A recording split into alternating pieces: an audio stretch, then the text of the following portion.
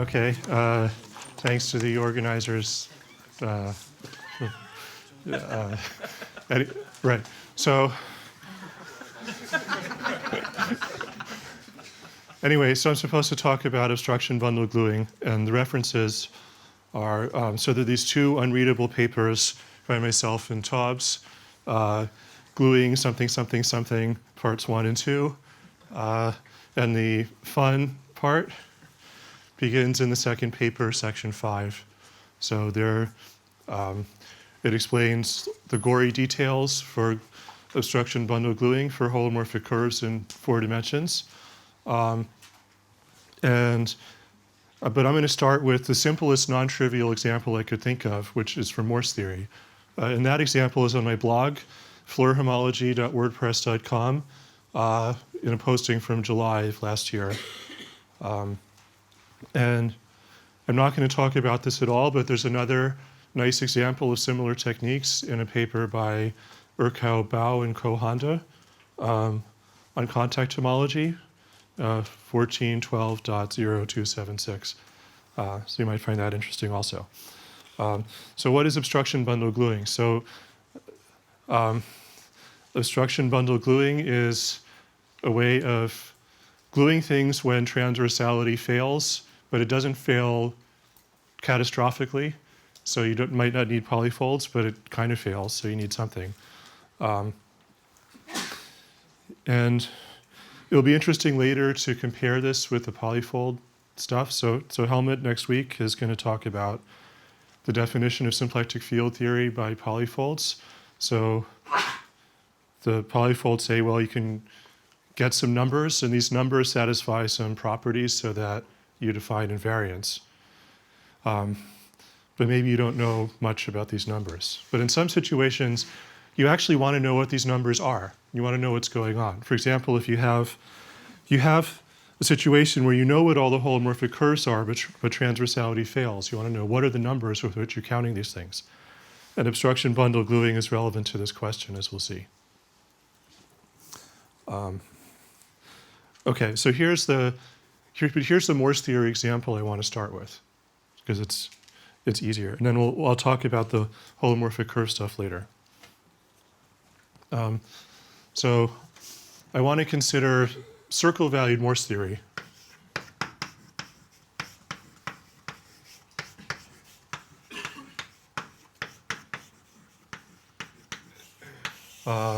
As circle value just to allow this phenomenon that I want to tell you about to occur. So we have a finite dimensional smooth manifold, and we have a Morse function. And you choose a metric.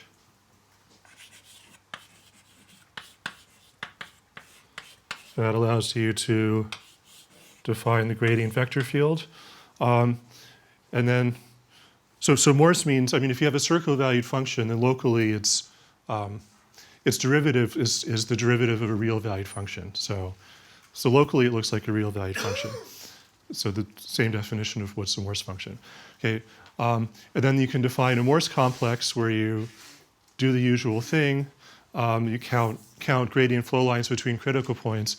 The only issue is you have to be a little careful because there can actually be infinitely many flow lines between any two critical points. So if I draw my manifold X like this, and F is this sort of circle direction in the picture. Maybe there's a critical point over here, and the flow line is some critical point over there. The flow lines can sort of go around in the circle direction many times, so there can be infinitely many of them. So to get a finite count, you pick some level set that doesn't contain any critical points.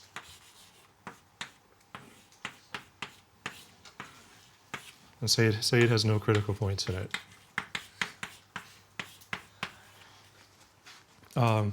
And this theory is defined over a Nova covering, which in this case is power series in a formal variable t with coefficients in z.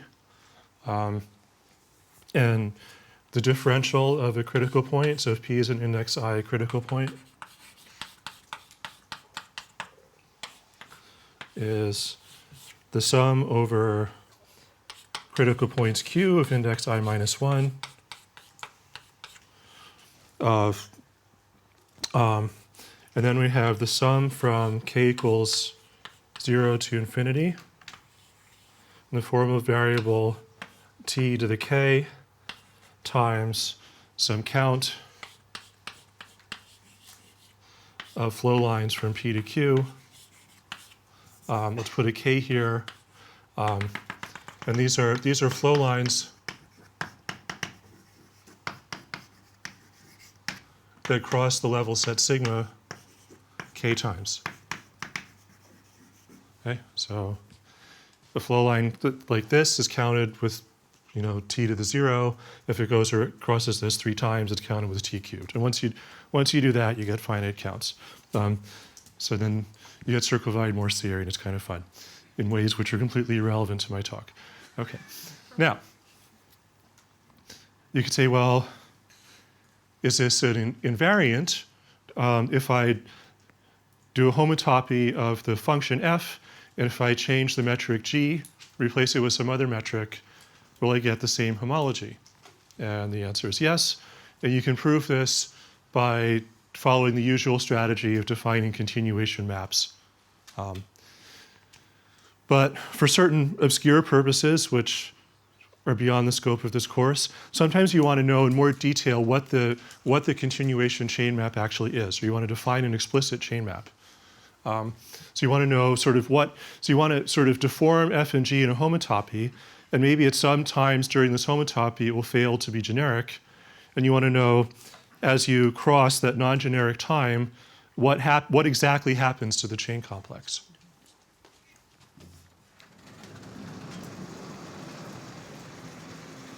Stay? Is it staying? I can't see. Yes, okay, good. Okay. So you have a... So about this circle valued Morse theory, why not just unwrap the circle? Go back to... Yeah, you can do that. Although you still have to account with the Novikov ring, because then you'll have a non-compact manifold. But then if I know how usual Morse functions change... But this is... Okay, you're about to see why it's not that simple.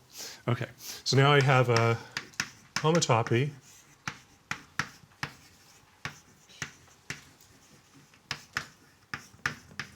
And let's say it's not generic.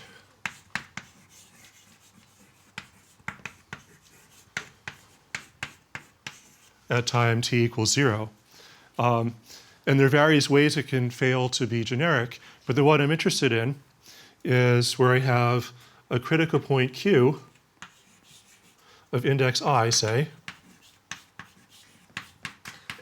and I have a flow line from Q to itself. Let's call this gamma 0, or actually let's call it U0. Okay, so U0 is a flow line from Q to itself. So the reason why I'm doing circle-valued Morse theory is for this to be possible. This can't happen in real-valued Morse theory. In circle-valued Morse theory, this can happen. Let's suppose that this intersects sigma just once.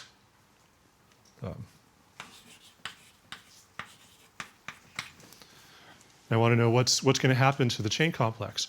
And so you could have some other critical point P of index I plus 1. So here's P. And there could be a flow line, let's call this U plus, from P to Q. So this thing has index equals 1, this flow line. And then sort of unwrapping the circle, as Vivek suggested, to draw the picture, we could have a bunch of copies of this flow line U0 from Q to itself.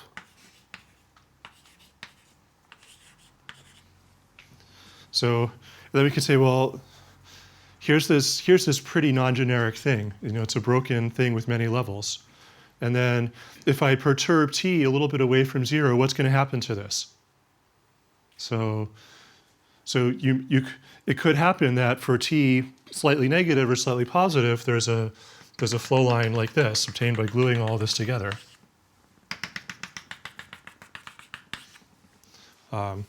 So the question is, so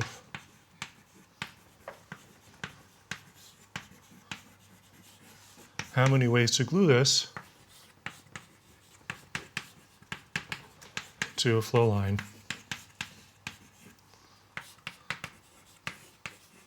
For t not equal to 0. And that's going to tell us how the chain complex changes. Like if maybe there's no flow line here when t is negative, and there is suddenly a flow line appears when t is positive. So then the differential of p is getting added to it, t to the something times q. Okay.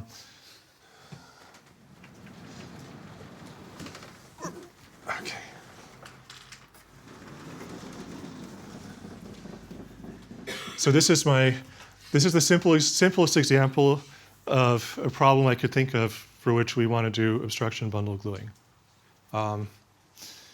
And I sort of know what the answer is for obscure reasons. So I'll tell you what the answer is, but then we're going to try to actually understand what's going on. So there's a lemma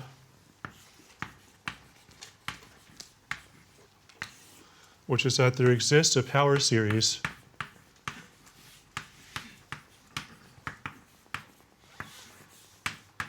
A equals 1 plus or minus t, and then I don't know what.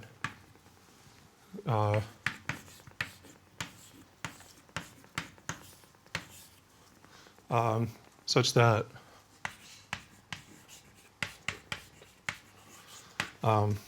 so the differential after where t is slightly positive, so d plus denotes the differential for t is slightly positive. And the differential for d slightly negative are obtained by conjugation by a map AQ. Where AQ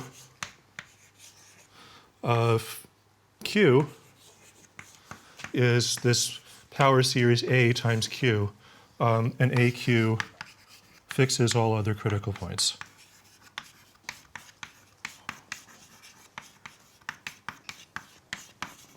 And this A basically is a count of sort of flow lines that are created or destroyed in this bifurcation. And then it's a fact which follows by combining various obscure forgotten theorems that in fact this power series is 1 plus or minus t to the plus or minus 1. So there's 4 possibilities. These signs are not related. And I want to understand this directly by obstruction bundle gluing.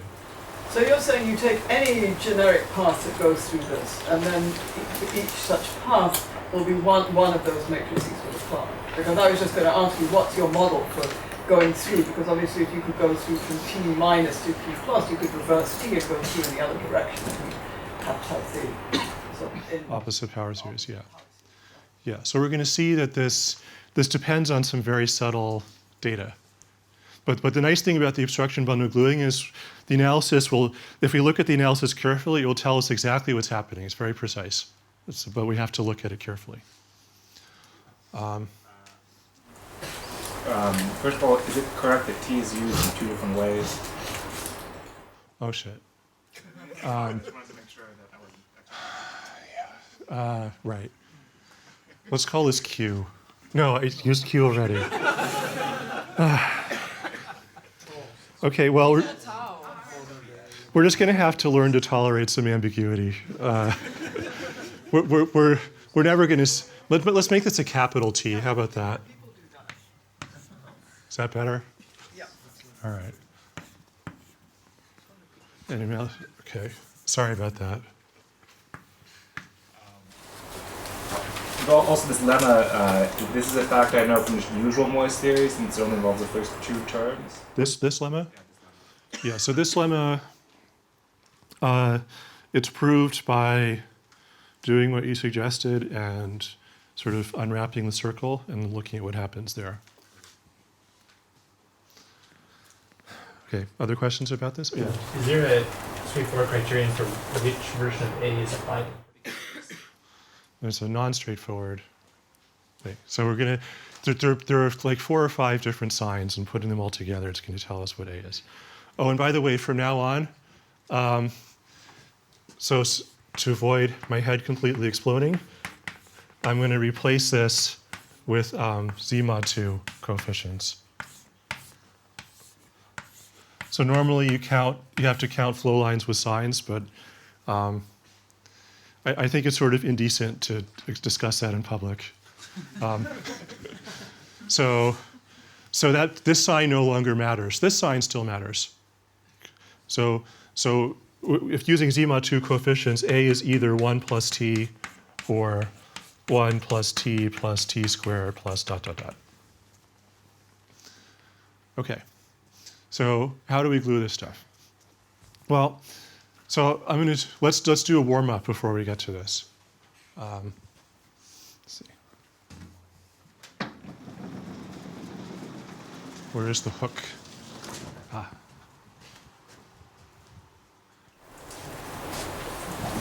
I'm really impressed no one said audience members. Not yet.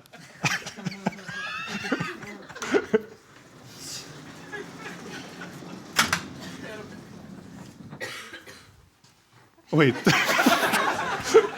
How do I get that one? Oh, gosh.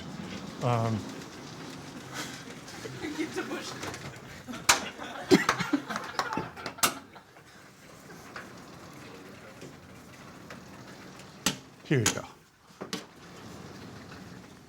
I'm sort of afraid that I'm going to be like hanging on to the boards and then like lift it up. Okay. Right, so what's my warm-up problem?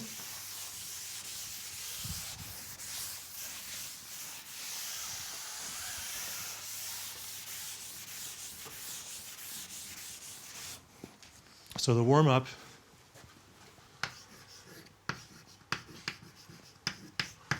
is let's look at the gluing needed to prove that d squared equals 0. Okay. So this is something which is supposed to be easy, but I'm going to make it difficult. Okay. So I'm going to review this in a slightly strange way because the obstruction bundle gluing setup looks a little different from the way people usually do gluing. But so I'm going to do this in a strange way, which is then going to generalize conveniently to the non-transverse situations. Okay, so we have a flow line P of index I plus 1, sorry. A flow line Q, so let's call this U plus, to Q, which is index I. I have another flow line U minus to critical point R of index I minus 1. I want to glue these things to get an end of the moduli space of curves from P to R. So these, let's write V for the gradient of F. And I think V is the upward gradient, and then a flow line U will satisfy the equation dSU plus V if U equals 0. So I'm thinking I really should draw the arrows going the other way, so they're parametrized like this. So my flow lines actually go up. Okay. So U is a map from R to X. And I want to glue these things. Also, there's a sorry. Ugh. Ugh. These signs are going to kill me. Okay. All right, and there's also a linearization of this equation, which I'll write as du. So this goes from sections of the of a U star Tx. And we probably want to use some Banach space completion. It doesn't really matter which one, as long as you have some decay conditions. So we could take L21 sections.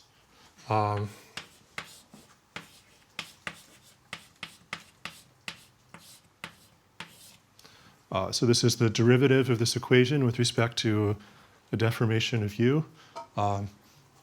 So du of some c is the covariant derivative of c in the direction of the flow line minus the covariant derivative of the vector field v in the direction c with respect to, say, the Levi-Civita connection. All right. Okay. So how am I going to glue these things? So I'm going to choose a very large value of r. And I'm going to translate u plus up and u minus down. The total translation distance will be r.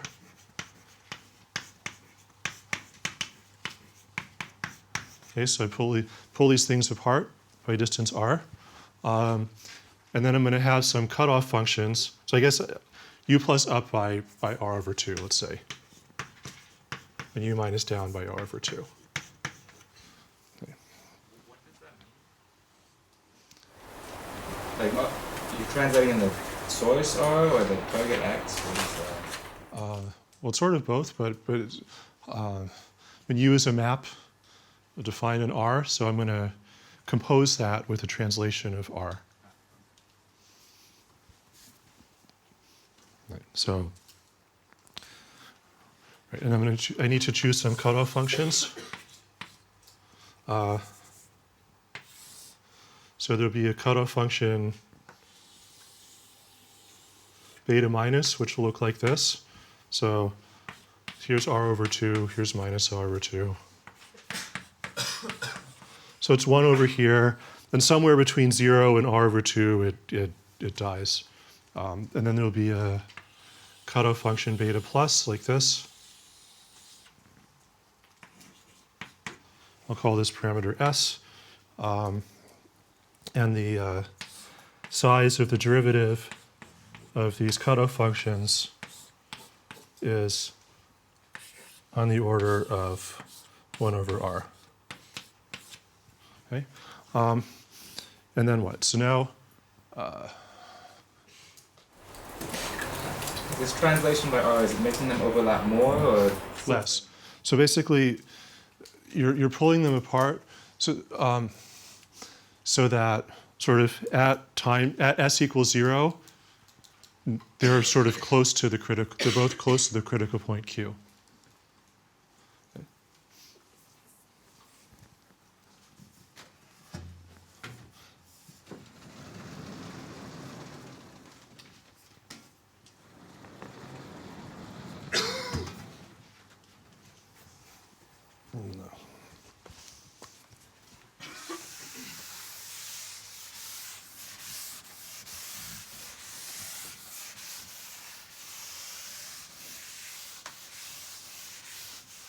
Okay, and then we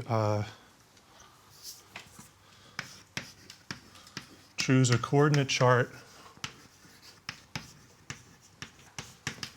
on x in a neighborhood of q.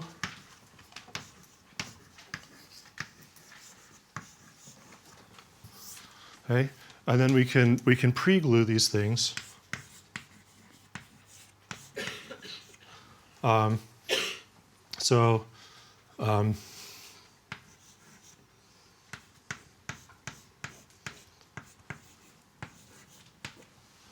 So this is a curve which is, well, let me not put the s in there. So it's beta minus times u minus plus beta plus times u plus. So for s less than minus r over 2, it's just u minus. For s bigger than r over 2, it's just u plus. And in between, we use these cutoff functions to interpolate between u minus and u plus. Okay, now the usual approach would be you start with this thing, and then you perturb it, and you argue that you can perturb it to get an actual flow line. Wait a minute, you haven't shifted though. Shouldn't you put the shift in by r? The U plus were shifted. I guess I'm using the same notation. Well, so U minus is the. I mean, it's supposed to be shifted relative to each other. So Yeah, so these have already been shifted. So when I said shift, when I said translate them up and down, I didn't use a notation for that. So these are the shifted, the translated U minus and U plus. Sorry about that. And the betas also have an R translation, right? You change the R, the beta plus and minus also. No, I'm not doing anything to the betas. Betas stay the way they are. well, they depend on R. The betas do depend on R. Yes. Supposing I had understood the pre-gluing from yesterday, is this like the same kind of thing, one dimension down? Yeah, it's the same kind of thing. So I mean, the picture, if you want a picture, then I had a picture and it's gone.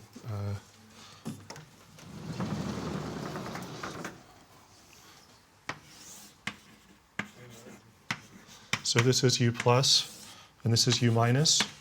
Then our flow line, so as S increases, so first we're following U minus, because U minus has been translated, we're following it for a very long time, so we're very close to Q. And then these cutoff functions kick in and we start interpolating to U plus, and then we follow U plus like that. And I have some coordinate chart here, so all the cutoff function stuff is taking place inside this coordinate chart, so it makes sense. Yes. So as S increases, so we're following U minus until we're very close to Q, and then these cutoff functions kick in, and then we're interpolating to U plus, and then we're following U plus. You cannot require that there's a relation between beta minus and beta plus, like beta minus equals 1 minus beta plus. I don't need that. It could be, well, that you have 2 times. So what is, you assume that the image of the critical point is 0? Right. Yes. So this addition is defined with respect to my coordinate chart in which the critical point corresponds to 0. If I wanted to say this a little more correctly, I would talk about exponential maps and so on, but I'm trying to make it as simple as possible. Okay. So that's the pre-glued curve, and the usual way that this is presented is to say you would now argue that this can be perturbed to an actual flow line. Then I'm going to do something a little different, which is I'm going to perturb the things before pre-gluing them and then pre-glue them. So it's going to look like this. So we're going to choose or let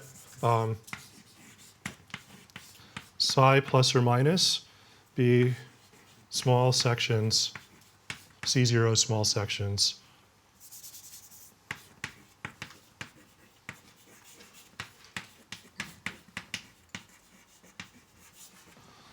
of pullback tangent bundle.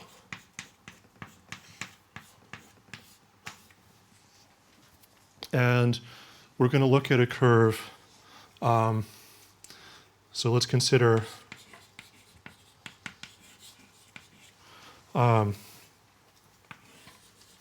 beta minus times U minus plus psi minus plus beta plus times U plus plus psi plus. So this is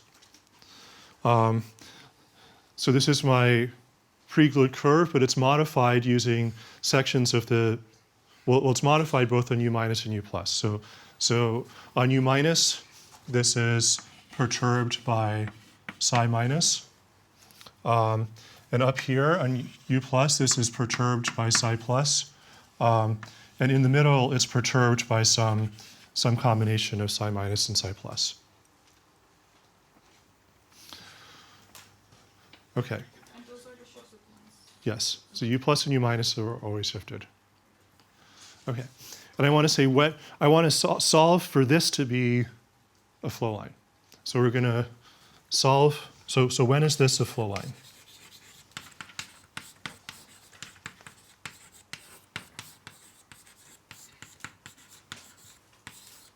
So I'll just write the equation.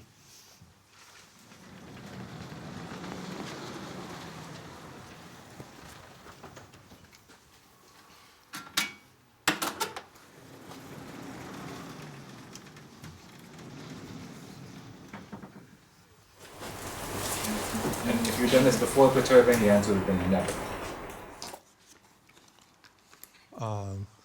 If the size are 0, then it won't be a flow line. So I want to choose the size to make it a flow line. So I want to solve for that. I'm going to write down the equation for this to be a flow line and then solve it. Okay, so this is a little messy, but this is really the very simplest case I could think of. And also, to make my life even easier, let's assume that V is linear in this coordinate chart.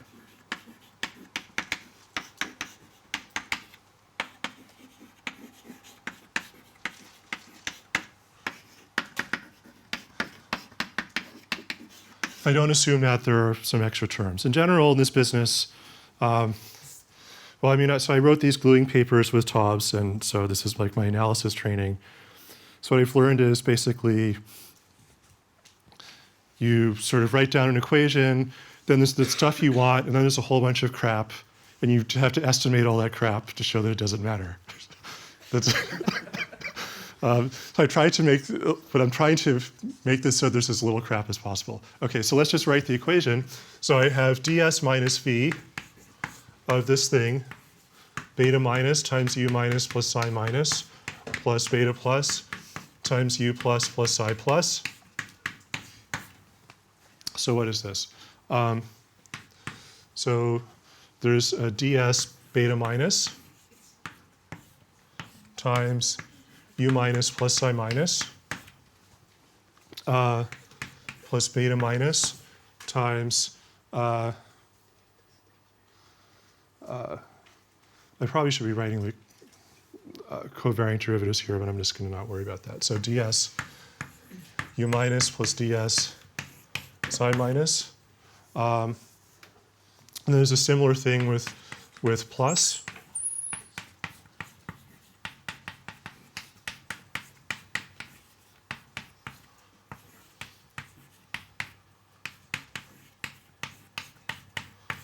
And if you don't mind, I'm going to take the liberty of multiplying this term by beta plus and this term by beta minus, which I can do because the support of the derivative of beta minus is contained in the region where beta plus is equal to 1. So I'm allowed to do that. Doesn't change anything. Then I have to put in the vector field. So I have minus beta minus times v of u minus plus the derivative of v in the direction psi minus. And then in general, there's going to be some additional error term.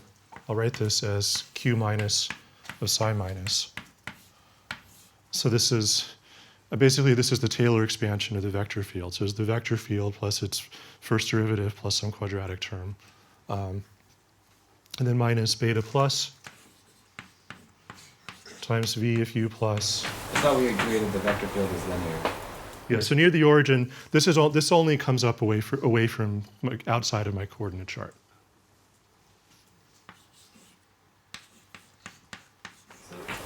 Outside of your coordinate charts, you just take exponentials instead of sums. So in perturbed by sum doesn't only make sense in this coordinate chart. Yeah. So this is to be interpreted as the exponential map of u minus evaluated on psi minus. So I'm sorry for my sloppy notation. I'm just trying to make it simple. Okay, and then we can cancel some stuff out because so u minus is a flow line. So ds u minus plus v of u minus equals 0. So I can cross this out. And likewise, u plus is a flow line. So I can cancel this ds u plus with this v of u plus. And what do I get? So I get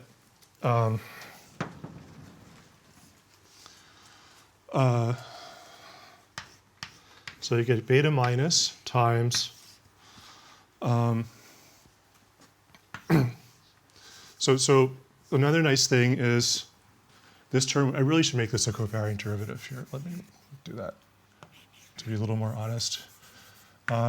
So this nabla S of psi minus nabla psi minus of V is the deformation operator applied to psi minus. So these two terms here are d minus of psi minus. Where this is d minus is the deformation, the linearized equation for u minus. And then what else is there? So then there's this q psi minus, and then there's this ds beta plus of times u plus plus psi plus.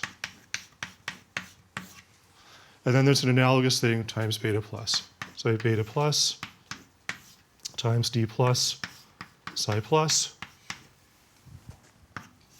plus q plus of psi plus plus ds beta minus.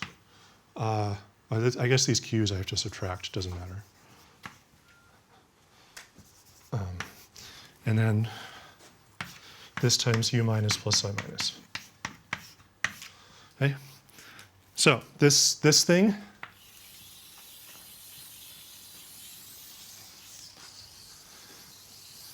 is the failure of my thing to be a flow line. So I want to make this thing equal to 0. In the more general situations, like in the papers with Taubes, there's a bunch of extra crap in here, which you then have to estimate. Okay.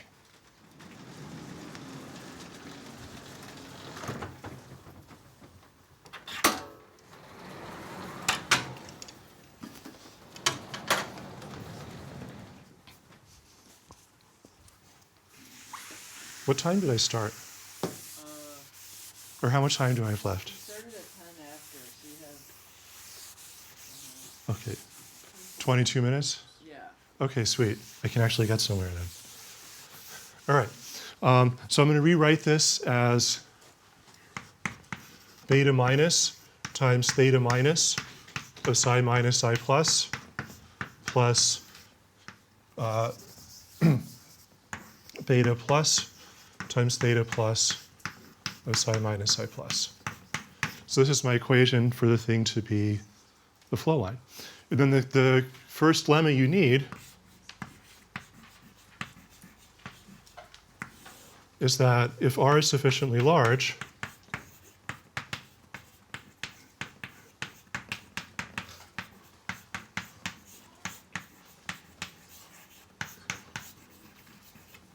then there exists a unique pair psi minus psi plus such that I guess these are in, well, you have to assume some decay conditions like L21. So there's a unique pair psi minus psi plus such that psi plus or minus is perpendicular to the kernel of d plus or minus. So this is perpendicular in the L2 sense. And I'm assuming that we're in a situation where d is defined, so these things are cut out transversely. So in this situation, d plus or minus is surjective. And its kernel is one-dimensional, given by the derivative of the R translation of the flow line. Okay. So there's this unique pair such that both theta minus and theta plus are equal to 0.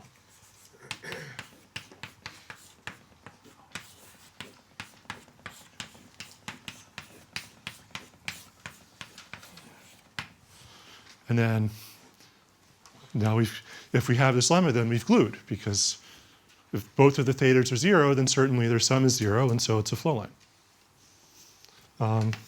And the idea of the proof, so I'm not going to go into too many analytic details,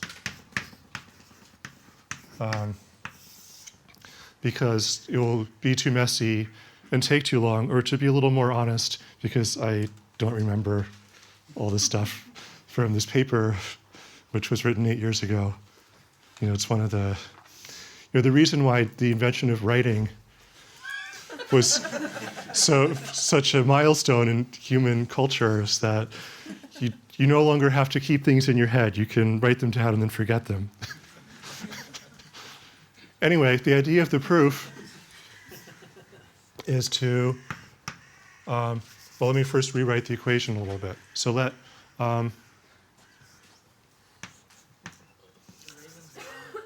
what? There were ravens that were fine. Uh-oh. So what's my notation? Right, so let pi plus or minus, is this really what I want? Sorry, hold on a sec.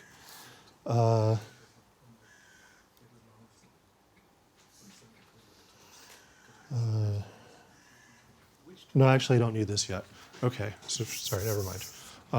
Which term is guaranteeing that after you perturb, the end of one glues to the start of the other one? I mean, these are decaying as you go to the ends. So these go to 0. So you're not going to escape this coordinate chart, and it's going to be okay. Yeah, but, yeah, I think the initial setup guarantees you if that is being 0, then it's a solution. If you end up with the ansatz guarantees. So there's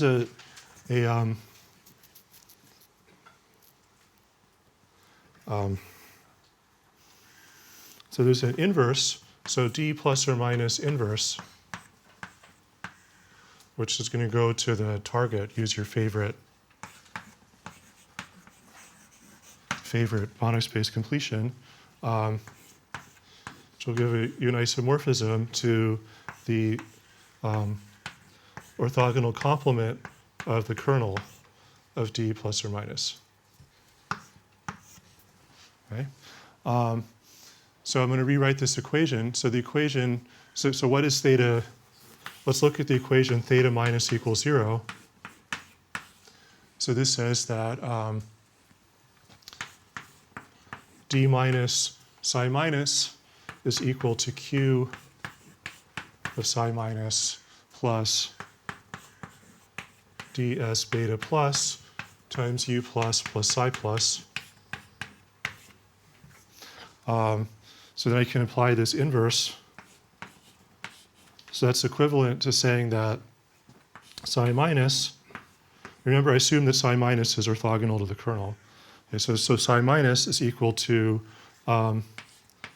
d minus inverse of q psi minus plus ds beta plus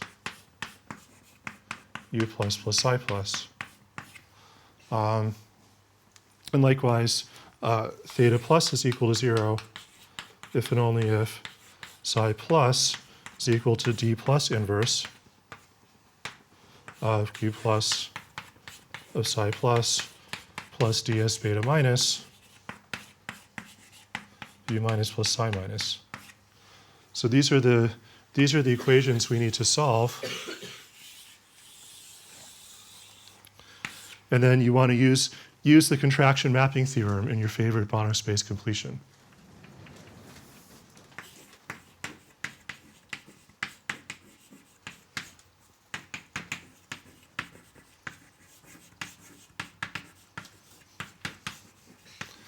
So you pick your favorite Banach space completion, and then you want to show that the right side of this equation is a contraction mapping on the set of pairs psi minus and psi plus.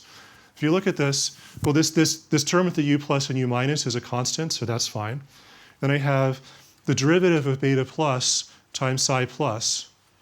The derivative of beta plus is on the order of 1 over r. And I don't know what the operator norm of d minus inverse is, but if I choose r to be much larger than the operator norm of d minus inverse, then this part of the equation will be a contraction.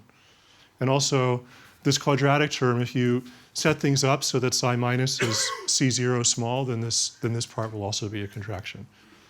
So you get a unique solution. So ta-da, we've glued. And then you can, in fact, to check,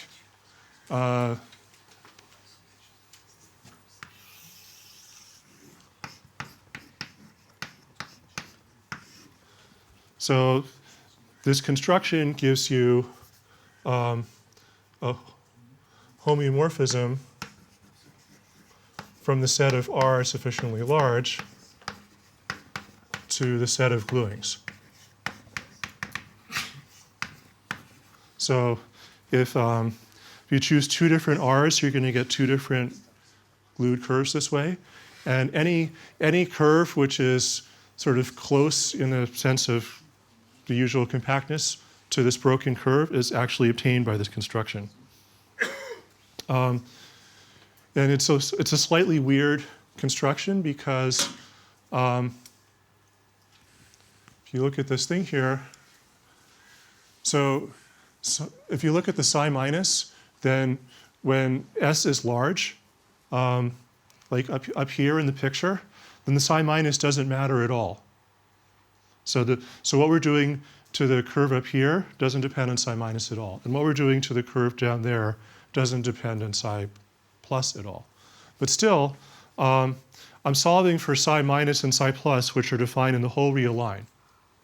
So it's a little bit weird because the psi minus and psi plus contain various additional information which I don't care about. So it's a little weird, but as we'll see, this is a useful way to do things because it allows us to use the analysis of these operators d plus and d minus. Yeah.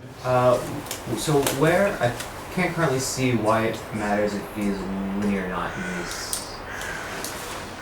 Oh, I just used it in this equation. So I had this, I had V evaluated on this whole expression, and then I expanded that linearly, which I couldn't do if V were nonlinear. Yes, you're right. If it's not linear, then there's just some extra error terms, and it's not a big deal. Question? Seems like we solve a stronger question. So equation we solve theta minus and theta plus equals to 0. Yeah. But originally we only use a combination of theta. That's right. Will we use some information? Well,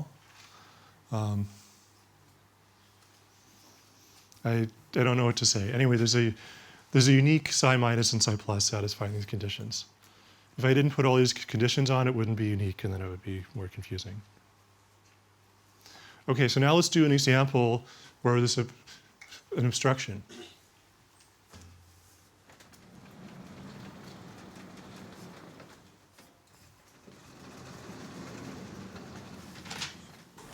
But are you saying that it would be possible maybe to glue using different theta minus and theta plus to get that equation to be 0, even though individually they're not 0? I mean, you can change psi minus and psi plus. So in the region where both of the cutoff functions are non-zero, you could add something to psi minus and subtract something to psi plus, and you get the same curve. However, then you'd no longer satisfy the equations theta minus and theta plus equals 0.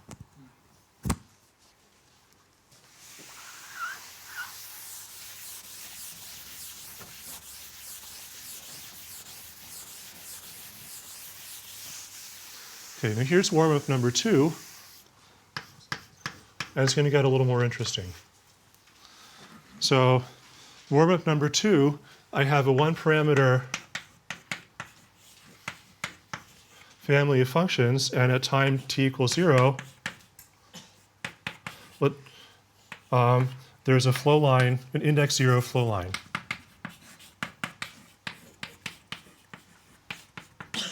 So this goes from, say, Q to R. So these both have index equal to I.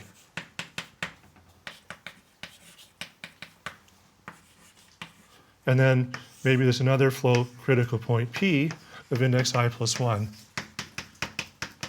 and a flow line U plus. Okay. And then I want to glue these to an actual flow line from P to R for T not equal to 0.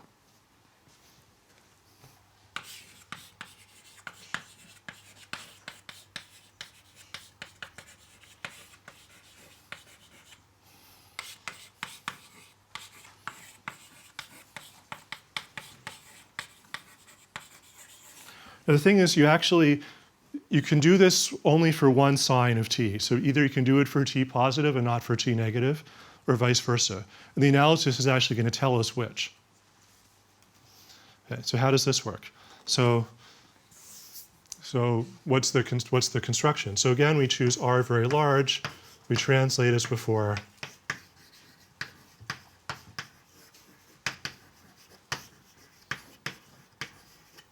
And then what's the data, or the inputs? So there's no assumption with when we have t, g, t, like for t equals 0, it's generic. Yeah, I do need generic. So this I'm going to assume that this. Okay, so the co-index of this would be the co-kernel would be one that would be filled up by t or something. Yes. Where did the fact that you weren't in the situation appear in the previous? What? I mean, before we also had two flow lines and you were gluing them. What is the difference between this situation? So what's different in this situation is that the linearized operator for D0 is no longer surjective. So this has a one-dimensional co-kernel. And we can't glue these for fixing T. We have to change T to be able to glue. So the inputs for the gluing construction are a psi minus and psi plus as before, plus T. So I'm going to change to a different small time T and perturb by psi minus and psi plus. Okay? And then from these inputs, we get... And what's the kind of larger goal of all this discussion? You're trying to show that something about the homotopy invariance of this construction from the start? Or? That is one thing you could do with this. Right now I'm just doing it as an example of the gluing construction. But yeah, if you want to understand how Morse complexes change under bifurcations, then this is part of what you have to do.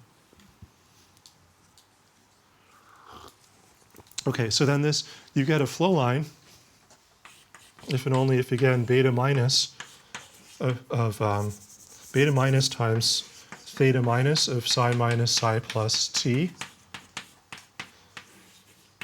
plus beta plus times theta plus, excuse me, there's no minus, there's a 0.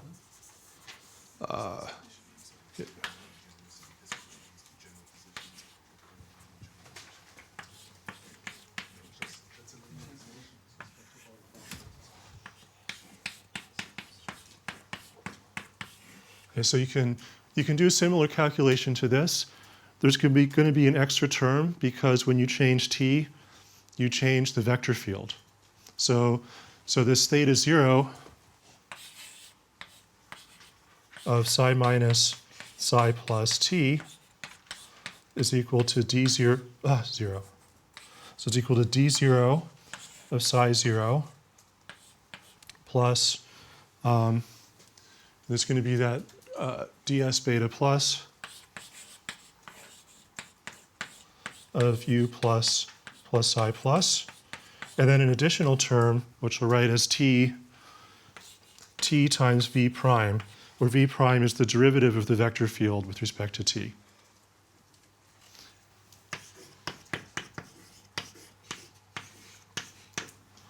And then there may be some additional quadratic terms, which I'm going to ignore. And a similar expression for theta plus. So theta plus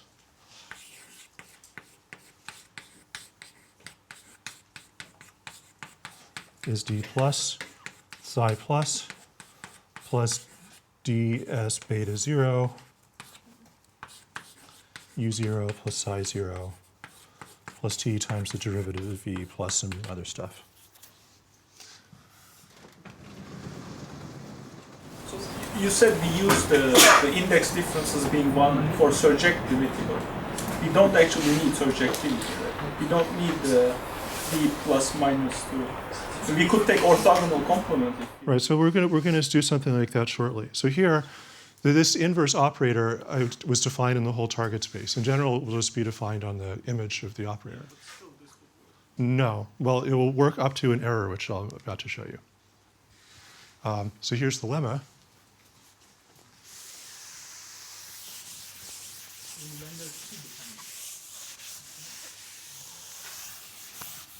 let me state the lemma, and then we can discuss it. So the lemma is that for t sufficiently small and r sufficiently large,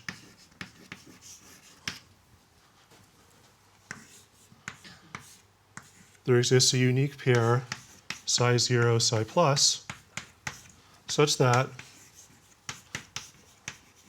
so as before, psi 0 is perpendicular to the kernel of d0. Psi plus is perpendicular to the kernel of d plus. Theta plus of psi 0, psi plus t is equal to 0. And as for theta 0, I can't necessarily get it to equal 0. All I can get is that this is perpendicular to the image of d0.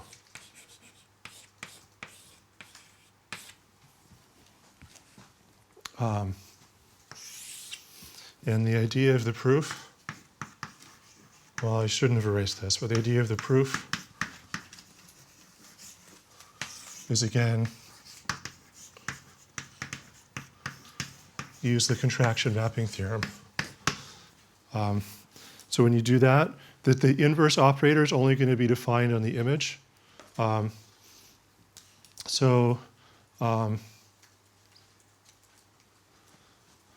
maybe I should write it down. So let's let pi 0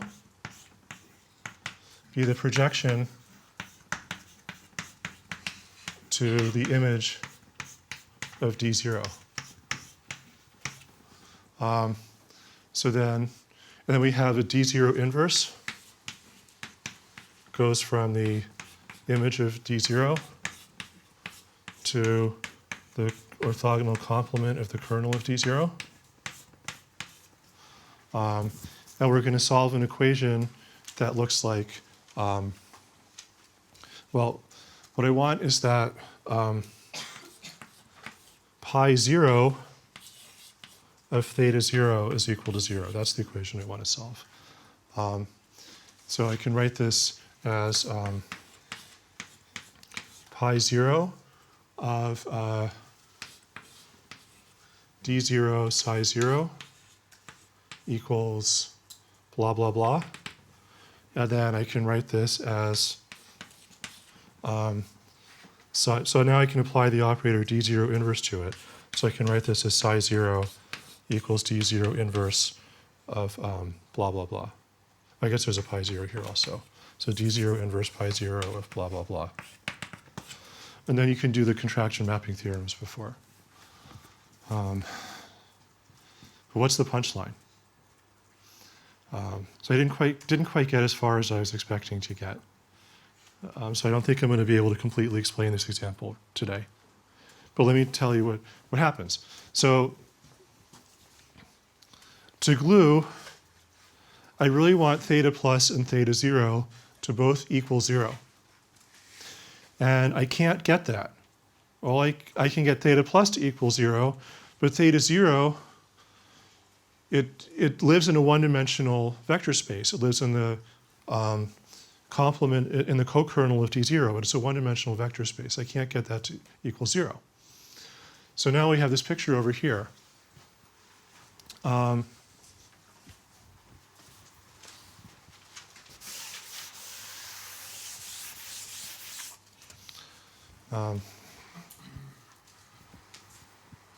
So I have M will be the set of all pairs T and R.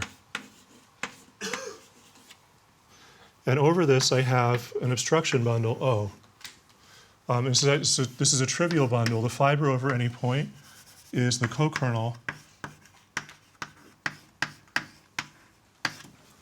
of D0. And I have a section, S. And what is the section S? So S of T comma R is equal to this theta 0. Okay, so the gluing construction says I can almost get the gluing to work, except this theta 0 might not equal to 0. This theta 0 is the obstruction to gluing. So when this is equal to 0, I can actually glue. Okay? So this is some function of t and r. When this function is 0, I get a gluing. And I run out of time. So in the next class, I'll tell you how to actually compute what this function is and how to figure out whether you can glue for t negative or t positive. And then I'll do the harder example, and then I'll do the holomorphic curve stuff. But I'll try to make stuff modular, like, you know, the Titanic had this compartment, so if one part of it fills with water, they just seal it off so the ship won't sink. So I'm going to try to do that. So if you didn't understand anything, I'll sort of start over. As long as, if too many compartments fill with water, we'll still sink. But all right, so I'll be hanging around if anyone wants to talk about this stuff. Thanks.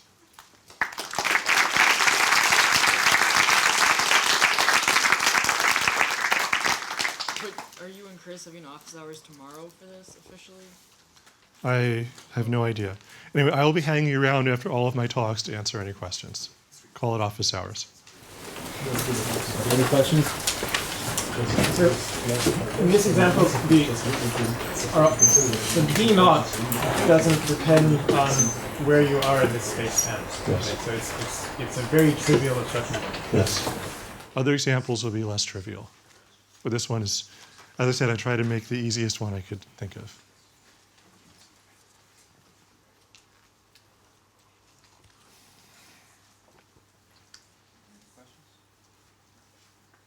Let's make Michael again.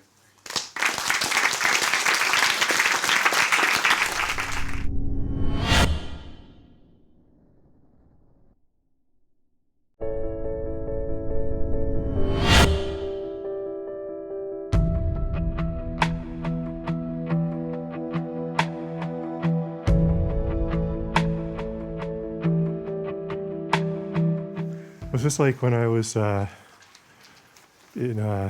forget where it was some country. I wanted to get a Diet Coke, and this refrigerator was Diet Cokes right there, but I'm not allowed to touch it.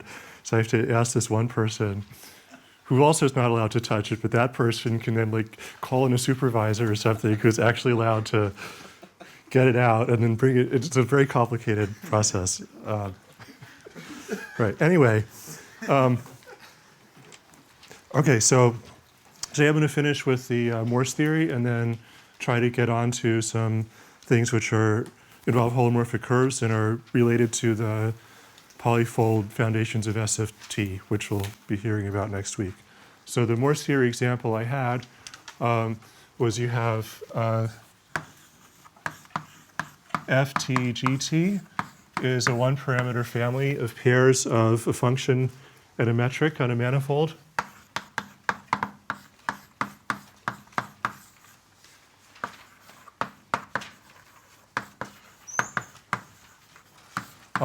And at time t equals 0, this fails to be Morse-Smale.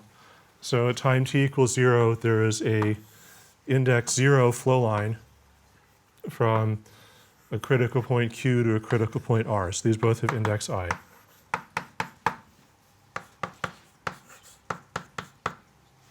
We'll call this thing U0.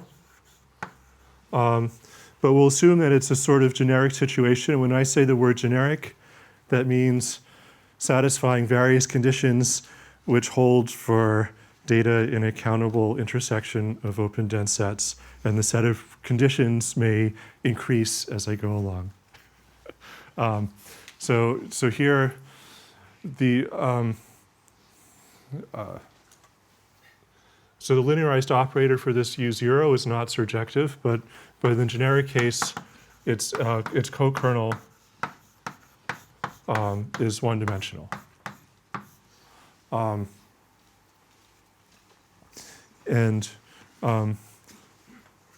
the other generic thing is you can look at the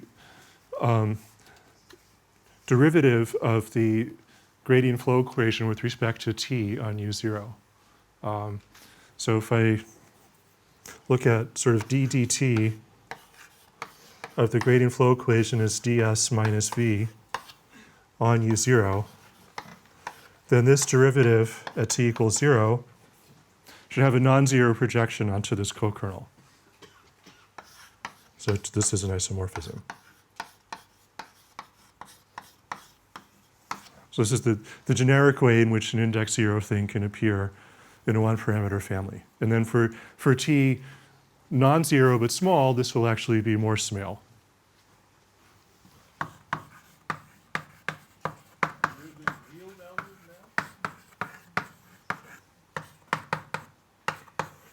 Yeah, it could be real valued or circle valued. It doesn't really make a difference for this discussion.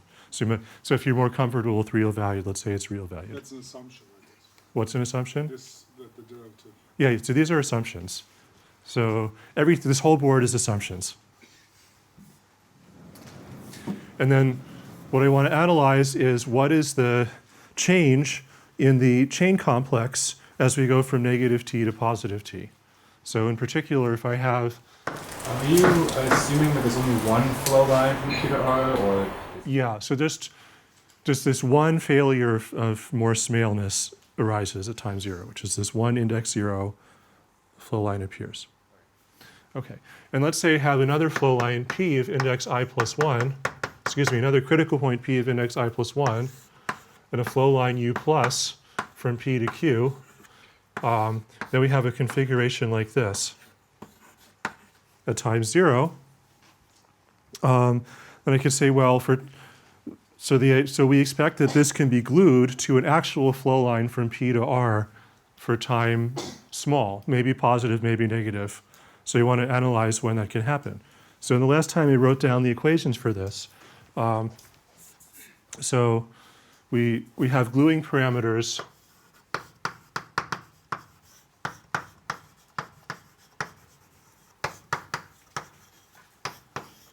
R, which is very large, and T, where the absolute value of T is, well, T is non-zero, but its absolute value is small. And what we do is we translate these flow lines. So my maps are all parameterized. So U plus is a map from R to X. And U0 is a map from R to X. So the first thing we do is we translate these. So we move U plus up by R over 2. We move U0 down by R over 2. And to the great confusion of everyone, last time I continued to denote U plus and U0 by the same letters. So I'm translating them, but denoting them by the same letters.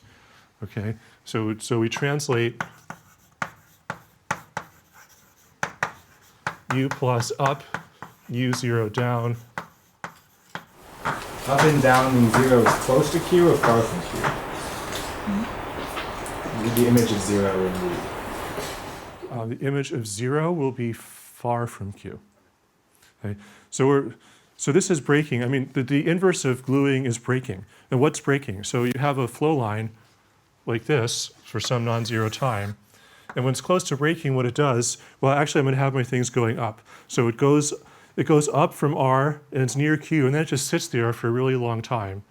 And then it goes up to P. So it's like it's like a camel with two humps, where there's some action happening. And these two humps are getting ripped apart. That's why you talk about breaking. It's very dramatic. Poor camel. What? The camel now is black as it. It's a tofu camel. No animals are harmed in this talk. Okay. All right, so we translate by this, and then we're going to change the time to t, okay? So I mean, with the equation, I guess I should put a t here. So vt means the upward gradient vector field for time t. And then we have psi plus and psi 0. So these are perturbations of the u plus and u minus. So psi plus is a section of u plus star tx, and psi 0 is a section of U0 star Tx. And then we looked at beta plus times U plus psi plus plus beta 0 times U0 plus psi 0, where beta plus and beta 0 are cutoff functions. Whose derivatives have order 1 over r. And this expression really means you start with U plus and you apply the exponential map to psi plus. And then I choose some coordinate shard in the neighborhood of Q such that where both of these cutoff functions are non-zero, it makes sense to add them like this. And then the gluing equation, so if we could call this whole thing, let's call this capital U. So this is map from R to X. And then we have the equation for this to be a flow line. So we have ds plus vt of u has the form beta plus times theta plus psi plus psi minus t plus beta 0 times theta 0 of psi, sorry, this is not minus, it's 0, psi plus psi 0 t, where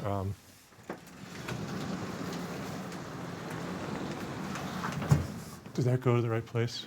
Yeah, but you can't see it. Okay. So then where theta plus is the linearized operator for U plus applied to psi plus, plus d beta 0 ds times U0 plus psi 0 plus some other stuff which doesn't really matter, so I'm not going to write it. And then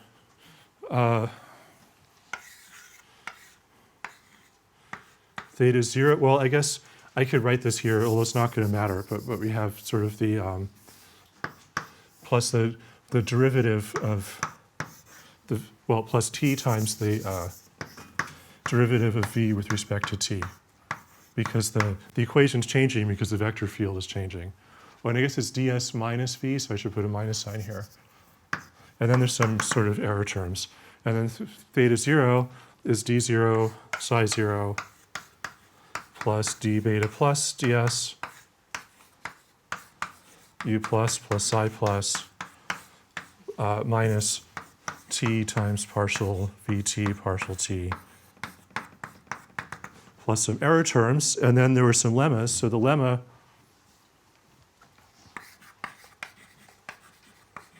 so let's fix r and t where r is sufficiently large and the absolute value of t is sufficiently small.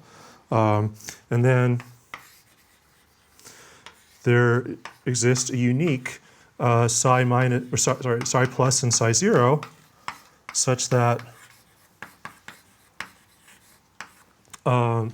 psi plus is L2, and this is unique, and you have to work in some Bono space where these things are required to decay. And then it's unique such that psi plus is L2 orthogonal to the kernel of D plus.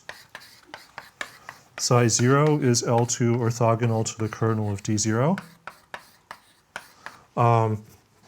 And theta plus is equal to 0. And theta 0, I can't quite get it to be 0, but I can get it to be L2 orthogonal to the image of the operator D0. Okay, so if I could actually get theta 0 equal to 0, then I would have a gluing because the that whole expression up there would be equal to 0. I can't quite do it. There's a failure, which is this theta 0. So you can think of theta 0 as living in the co-kernel of D0, which is a one-dimensional vector space. So I have an obstruction to gluing, which lives in a one-dimensional vector space. So when that obstruction is 0, this construction will work and I can glue. And some people asked me last time, why do we want theta plus and theta 0 both to equal 0? We just need this linear combination of them to equal 0. And the answer is because then you get this uniqueness of psi plus and psi 0. And as Helmut pointed out to me after the talk, this is quite analogous to the anti-gluing in polyfolds. You want to make the gluing unique or make it an isomorphism by including this, keeping track of this anti-gluing. So by making both of these equal to 0, it's like analogous to saying that I'm making the anti-gluing equal to 0. Okay, so now we have an obstruction bundle picture. So this is the general picture. So in our particular case, we have a bundle over the set of all pairs R and T. It's a trivial bundle. It's just that the fiber over any point is the co-kernel of that operator D0. So this is some one-dimensional vector space. And we have a section of this bundle. So S of RT is defined to be theta 0, the theta 0 provided by this lemma. So we try to glue, maybe it doesn't quite work. So as I learned, the way mathematicians can be successful is when you turn failure into success by calling it an obstruction and writing a paper about obstruction theory. So that's the obstruction. And then this construction defines a map from the 0 set of S to the set of gluings, the set of flow lines that are close to breaking. And then a non-trivial fact, which I won't attempt to explain here, that this is a homeomorphism.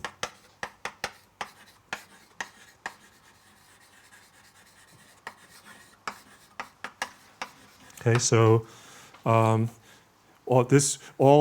gluings can be obtained by this construction, and this is a bijection. Right. So then, well, that's nice, but then we have to understand what is this section. Okay? And then the trick for that is we're going to approximate it by a different section. So let's try to understand what's going on here. So let's look at this expression for theta 0.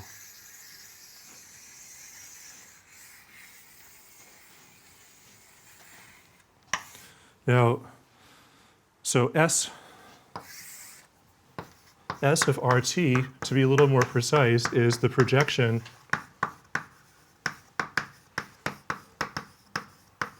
of theta 0 onto the co-kernel of D0.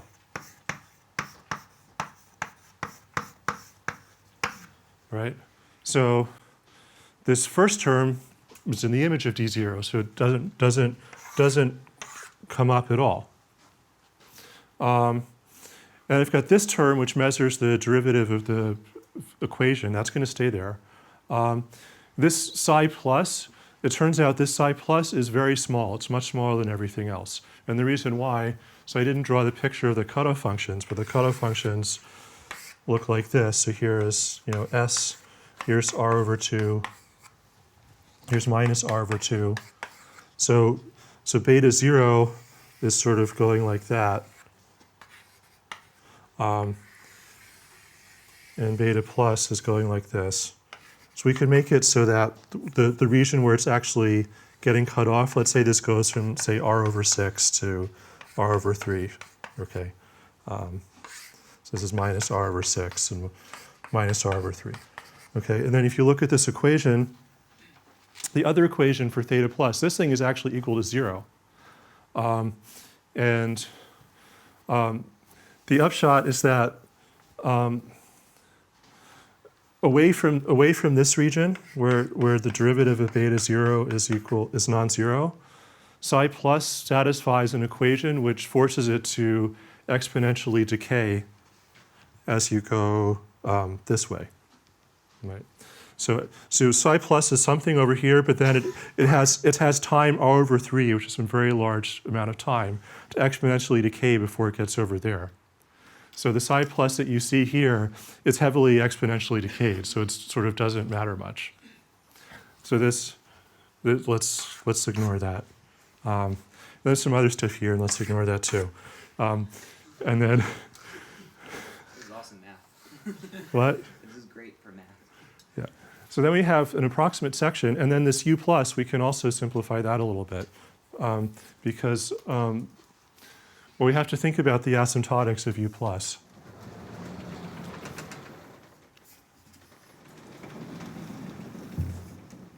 So before translating,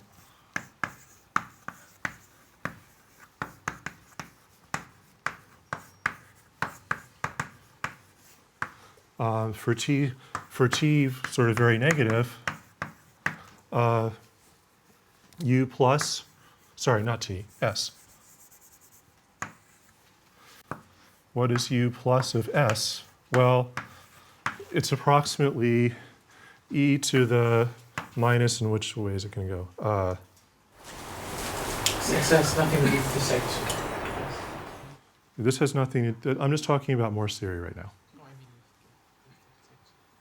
Oh, shit. This is supposed to be a fracture S.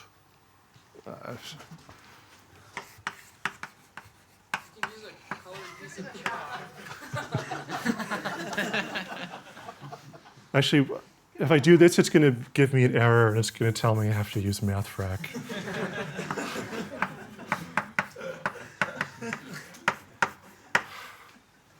Yeah, sorry. There's not enough letters. You'd think with a Greek financial crisis, they could sell us some letters for cheap. Except it seems like they already did that. And all the other letters look the same as Roman letters, so we're out of luck. I have to import some letters from somewhere else. Okay. So this is going to look like minus, this is, I have my reasons for writing it like this. So generically, so we're adding conditions to the generically. So lambda minus is the smallest positive eigenvalue of the Hessian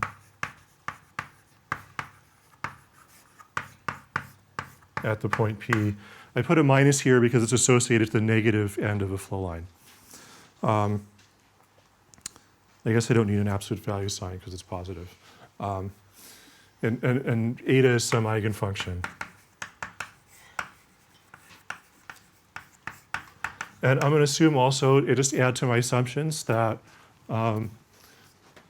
let's assume that the eigenvalues of the Hessian are all distinct.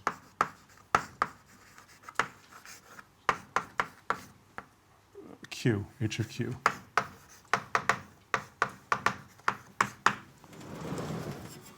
So this is Q, it's not P. Okay, so that's what it looks like.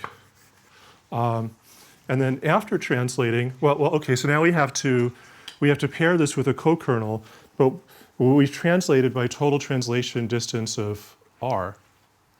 So the upshot is that this d beta plus ds times u plus, when I project this to the co-kernel, this is approximately e to the minus lambda minus r times some number. So I can think of 8 as a number. Well, it's some fixed element in the co-kernel. So it decays like this. Okay? Yeah. Is that eigenfunction set the one corresponding to the eigenvalue, or? I shouldn't have said eigenfunction because it's just an eigenvector. This is just freaking vector space here. Okay. I'm sorry. So eta is an eigenvector corresponding to this eigenvalue. Sorry, I said eigenfunction because I'm really thinking about holomorphic curves. This is just a model case for holomorphic curves. All right. And then I'm going to make the equations a little simpler,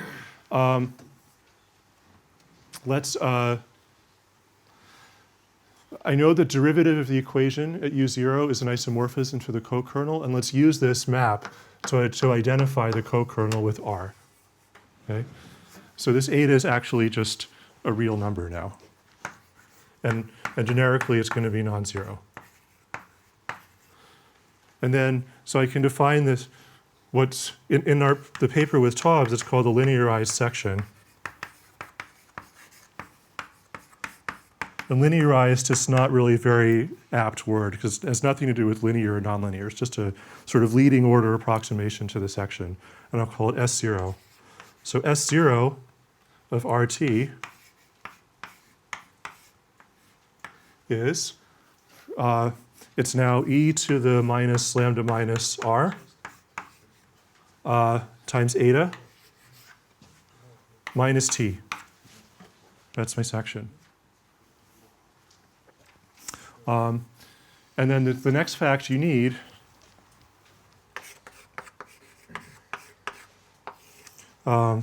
let's put it this way. So for a fixed t, the number of zeros of the actual section counted with, say, z mod 2 or counted with signs is equal to the number of zeros of this linearized section. Another fact, which if you want to do this carefully, there are a billion technical things you need to check. So another fact you can check is that S is smooth, and generically, S is transverse to the zero section. Okay. So if I want to, so the upshot is that if I want to count the number of gluings, I have to count the number of zeros of this thing. But this is now quite simple. This is just an exponential times a constant minus t. Not very complicated. So we can put together the conclusion from this. So the conclusion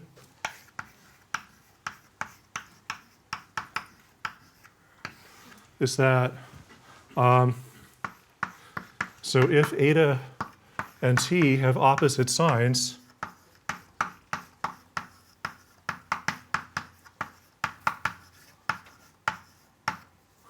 well, then you're in big trouble because there's no way this can ever be zero. So then you can't glue.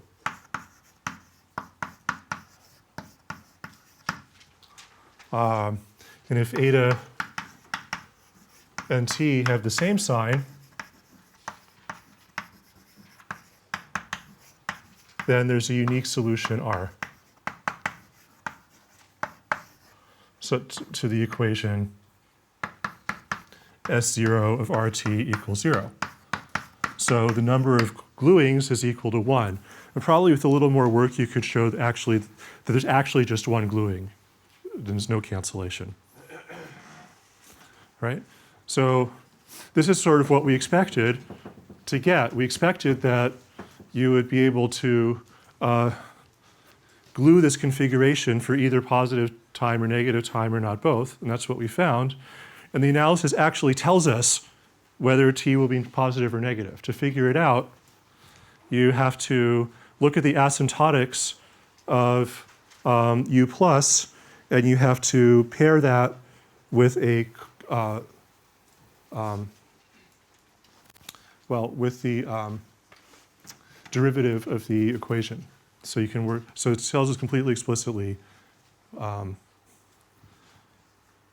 for which sign of t you'll get a gluing. Any questions about this? So I'm about to make it harder. So.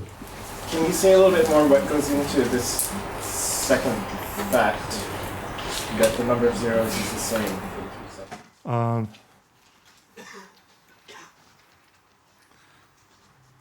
Well, basically, you need to show that the things that I casually crossed off are small. So basically, there's some, you're sort of restricting attention to some set of R and T, and you want to show that as you deform S to S0, no zeros of the section can escape outside of the boundary of this region. And to do that, you need to show the boundary of the region. The S0 is very big, and the stuff that I threw away is very small, so it can never vanish. How much more complicated does it get if you have a curve from if you're in the S1 more stuff? Well, I'm about to get to that. There is another genericity condition because you're assuming that the eigenvalues of HQ somehow project the top, the eigenvalue, the eigenvector corresponding to lowest eigenvalue has a non-zero projection to the coca, right? Because you're assuming that the projection of eta. Doesn't that follow from this isomorphism? Follow? I'm just. Yes. Okay, so there's something I forgot to say. This is not a genericity assumption.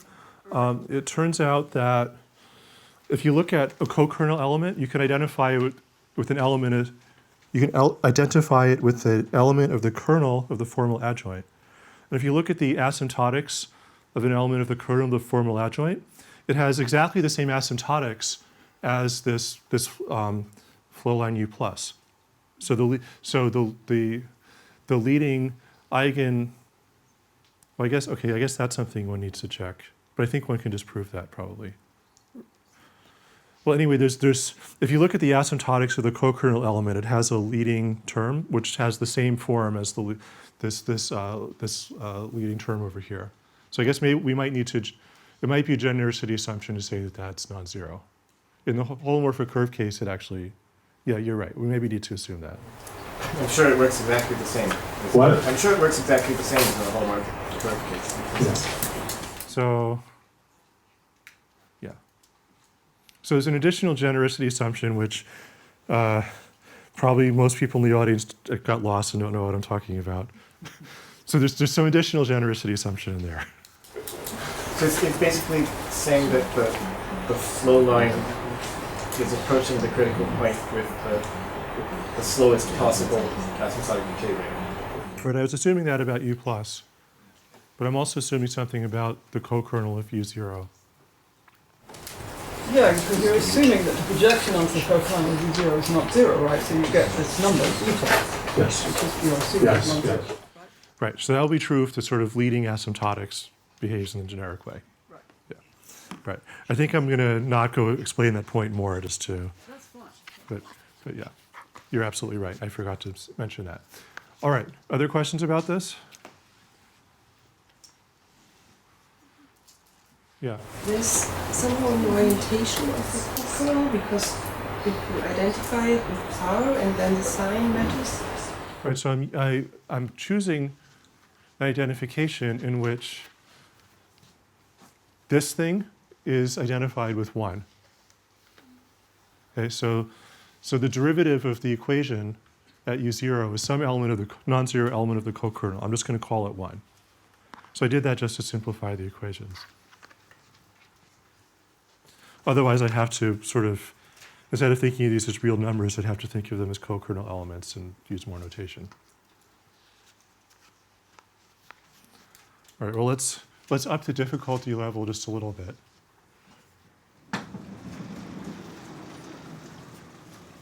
Where's the hook? Oh, it's hiding. I need a hook to get the hook. Okay.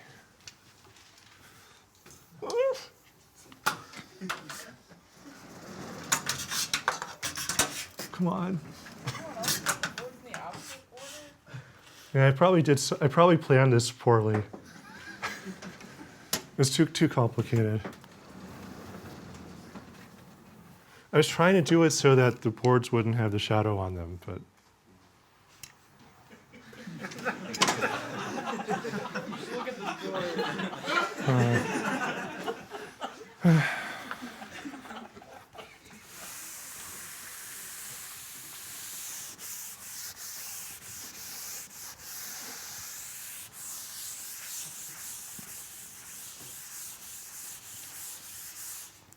Right. So the next example is, let's say we're in this S1 valued case. So there can be an index 0 flow line from Q to itself. So here P is index I plus 1. Q has index I. At time t equals 0, there's a flow line from Q to itself. So I already know how to glue this because it's the same analysis I just did. But maybe, what if we want to glue to two copies of the flow line from Q to itself. Okay. So at time t equals 0, I have this configuration. And we could say if t is non-zero but close to 0, does there exist a flow line which is obtained by gluing these three things together? So maybe there is, maybe there isn't. We can use a similar analysis. So in this situation, there are three gluing parameters.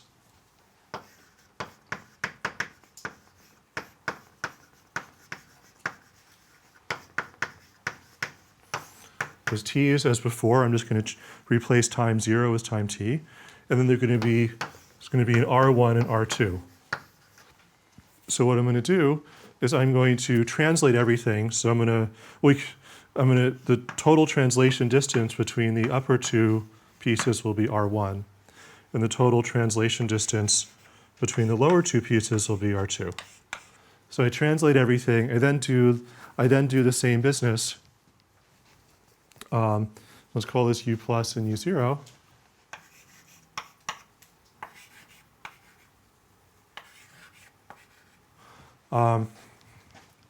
And the gluing equations are going to look like this.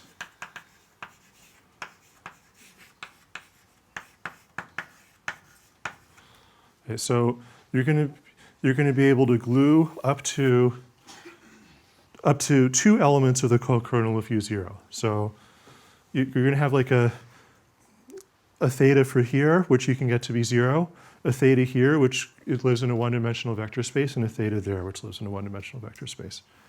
I continue to identify this one-dimensional vector space with R. And the gluing equations are going to look like, so I'm going to have e to the minus lambda minus R plus e to the minus, R1, plus e to the minus lambda plus R, it would be an eta, this will be the eta, same eta as before, plus e to the minus lambda plus R2 eta plus minus t equals 0, and then e to the minus lambda minus R2 eta minus t equals 0. So where does this all come from? So what's lambda plus? So lambda plus is the largest negative eigenvalue of the Hessian at Q. And eta plus or minus are determined by asymptotics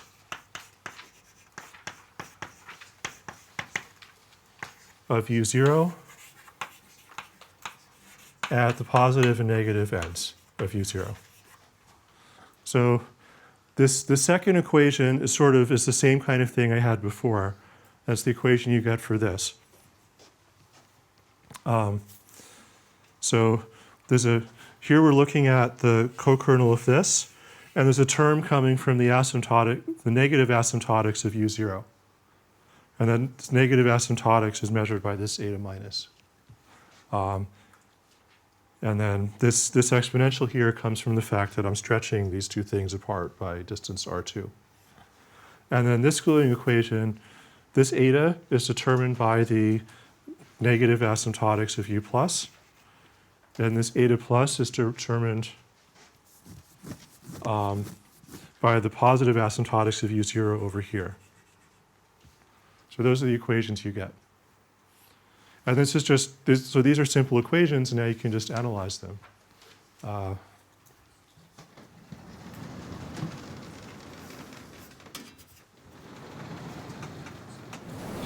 Why is there a thing with two exponential terms before and now and there wasn't before, which is, I think maybe I just didn't understand that. Okay, so So the first equation comes from this first piece, this middle piece here. The thing is, this middle piece, we're gluing things to the middle piece on both sides, and that's why there are two exponential terms. And the second equation comes from this lower piece, and we're only gluing one thing to it, which is why there's one term. So in general, each piece has a gluing equation where for everything that's glued to it, there's something involving the asymptotics of that other thing, right? So like, if we're gluing these three chalkboards together, so this chalkboard, the gluing equation for this chalkboard has a term for the asymptotics of this chalkboard and a term from the asymptotics of that chalkboard.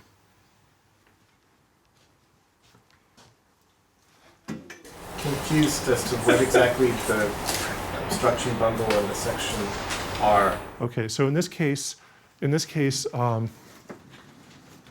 it's a bundle over the set of all pairs R1, all triples R1, R2, and T.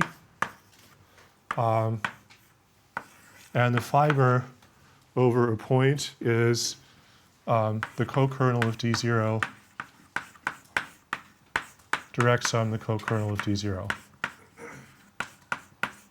Because now we're gluing two pieces which have co-kernels. So for each of those pieces, you have a summand. This must be really fun to do for ECH. Oh yeah, it gets much worse. But I won't do the worst part. So we're going to see later that an example where this bundle is not trivial anymore. It's actually a real interesting vector bundle. Anyway, with these equations, maybe it was a little confusing how I got to them, but now that I've written them down, you can just solve them. It's completely elementary.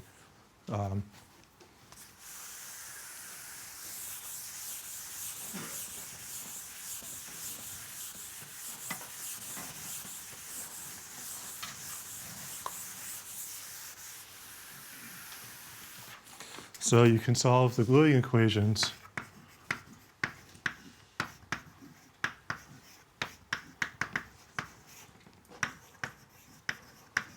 if and only if all of the following hold.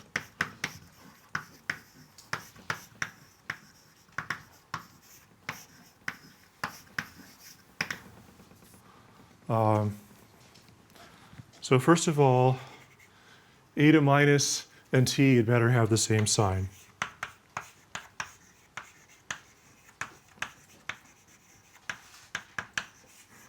Okay, because that's just looking at the second equation.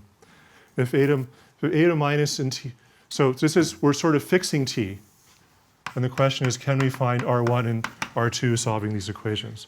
So the second one can be solved if and only if these things have the same sign, and then there's a unique R2.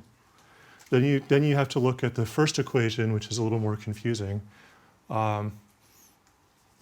So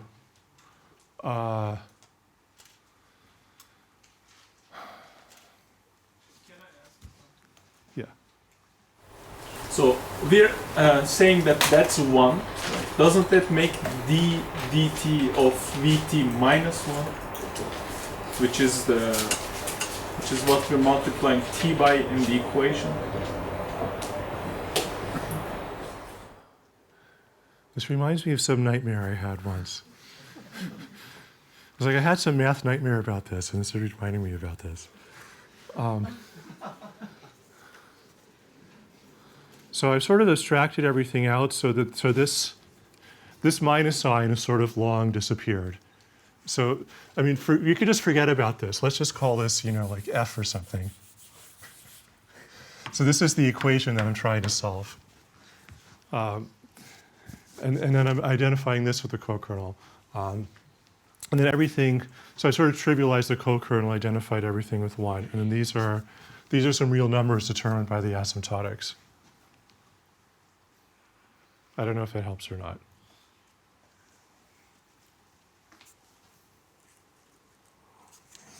I mean, a priori, I have no idea what the signs of these numbers are. It depends on the asymptotics of the flow lines.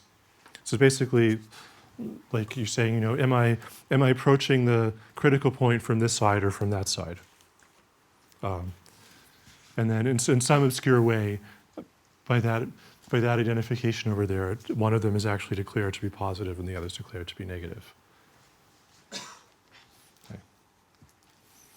Yeah. Anyway, so you can figure this out. So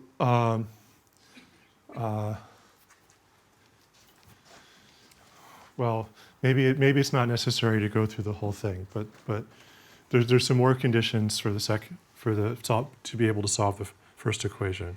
So in this case,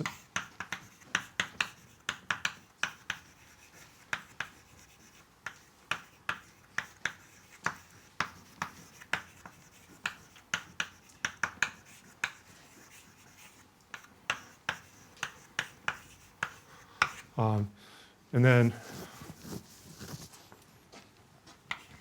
when you look at this first equation, it's actually going to matter.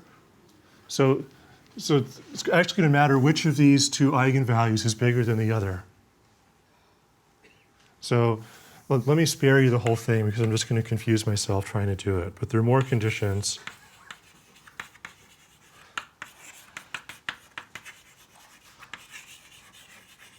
And in some cases, these depend on the sign of the difference between these two eigenvalues, which I'll add to my list of genericity assumptions that this difference is not zero.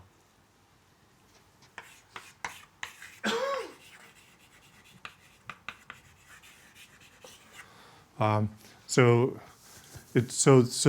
question of whether or not you can glue, it depends on the relative signs of eta minus, eta plus, and t, and also on the sign of this difference of eigenvalues.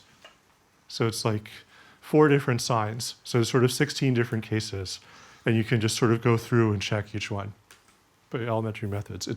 I worked out all the details in this blog posting. Is this the one from July 2014, yeah.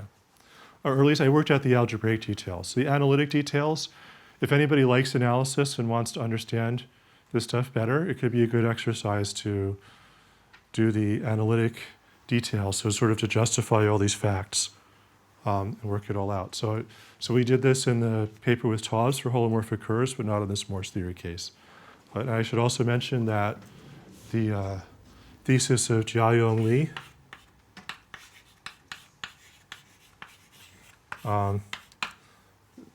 does some polyfold version of this for certain holomorphic curves. I haven't actually seen the thesis, but there's some related polyfold thing by Jiayong Li.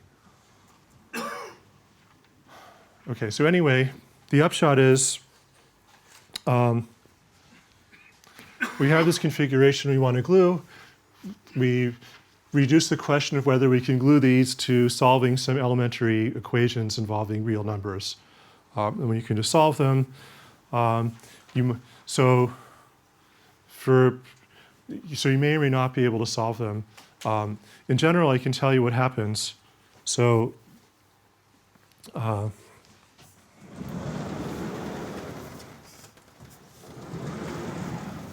there's sort of 3 possible outcomes. This is just kind of curious.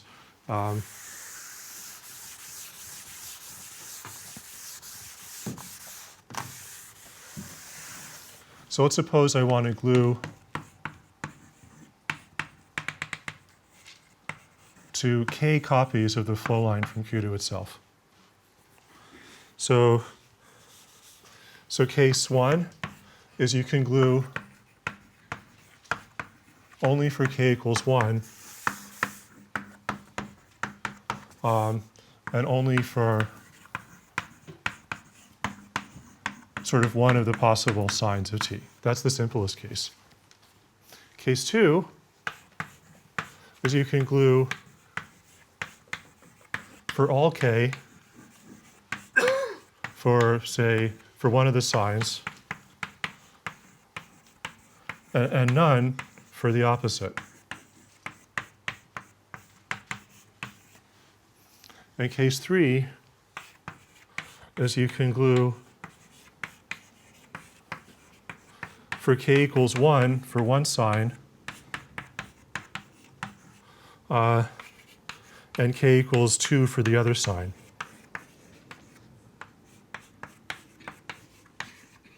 Those are the 3 possible outcomes. Remember, we were supposed to get a polynomial, which was supposed to be 1 + plus t to the plus or minus 1. So in case 1, you get the, well, I mean, you're sort of seeing a 1 plus t there. In case 2, you're sort of seeing a 1 plus t squared, dot, dot, dot, which is the inverse of 1 plus t. And in case 3, you're seeing something like 1 plus t squared divided by 1 plus t, which in z mod 2 coefficients is 1 plus t. So you are getting the correct polynomial. Although this third case is quite weird, but it can happen depending on what these signs are. And you get this. So which of these three cases you get may depend on what flow line you're trying, what flow line U plus you're trying to glue, but you always get the same polynomial, the same power series.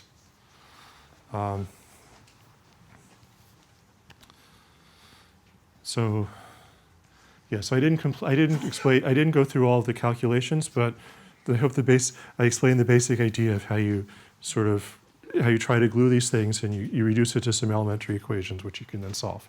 Are there questions about this?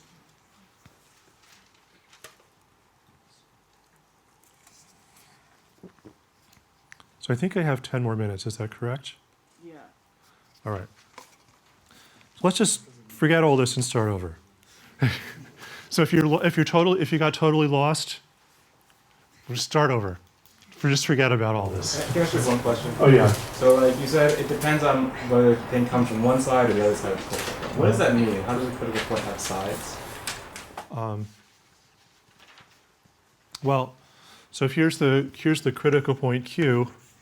Here is an eigenspace, or this is an eigenspace of the Hessian, and if this is the sort of the smallest positive eigenvalue of the Hessian, then the flow line U plus generically is going to either come in like this, or it's going to come in like that.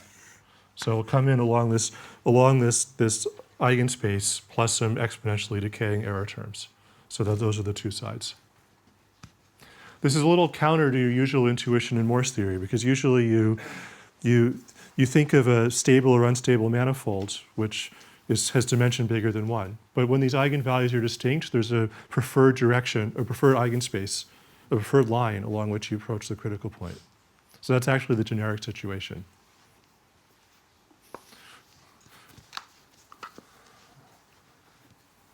Well, usually you want to assume the opposite in Morse theory. Usually you want to assume all the eigenvalues are the same. It makes it easier. But that's not a generic at all.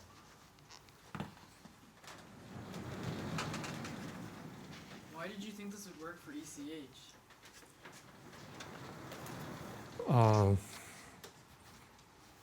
What else are you going to do? It just seems like you'd have a lot of algebra and equations to solve. Oh, but I knew that d squared equals 0. Because it's the same as Seiberg-Witten, and d squared equals 0 in Seiberg-Witten. I mean, sometimes you know something's true even though you don't have a proof. Then you just have to work out the proof and it comes out. Whoops. Yeah. Okay, so now let's just switch gears and talk about the holomorphic curve problem I care about. So I'm going to introduce the problem and then we'll talk about how to solve it tomorrow.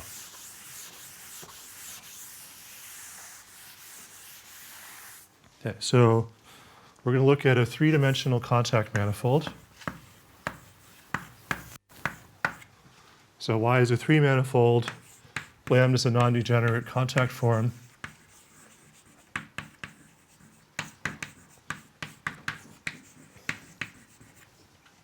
R will denote the Ray vector field.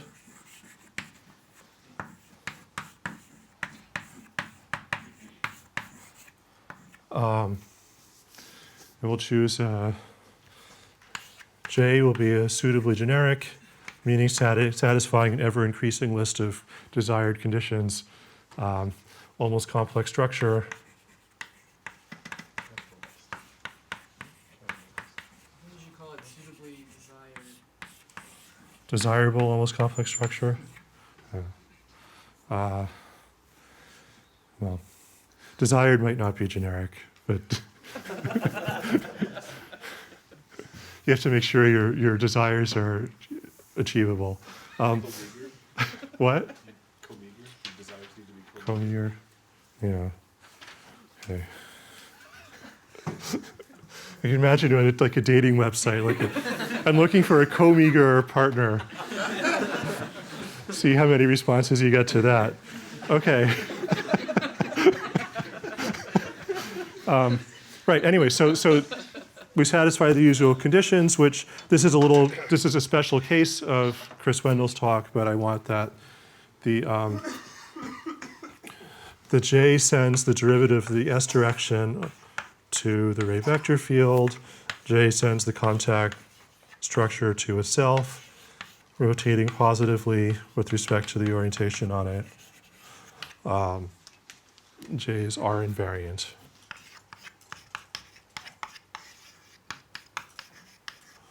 Okay, then we're looking at holomorphic curves. Again, a special case of Chris Wendell's talk.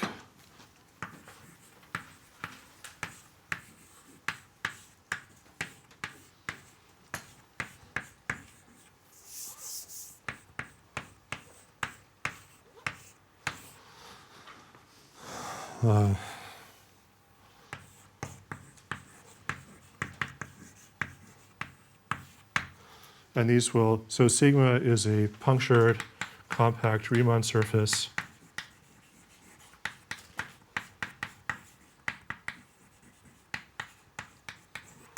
And the ends are asymptotic to Rabe orbits.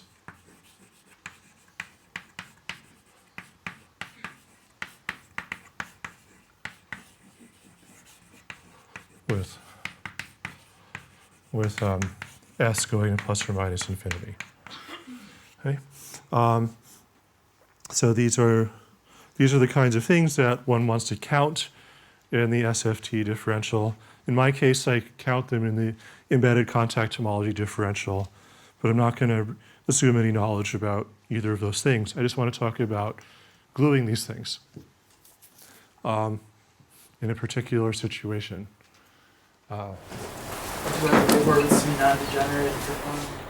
Yeah, I put that here. That's okay.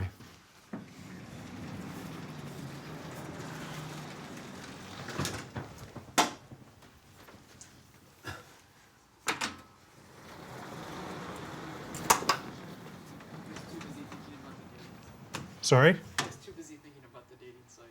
Uh-huh. Yeah. Make a dating site for theorems and proofs. Oh, that's a good one. I could put a bunch of entries on that one. What? Theorems. I could put a bunch of theorems on that one looking for proofs. I don't really have so many proofs looking for theorems.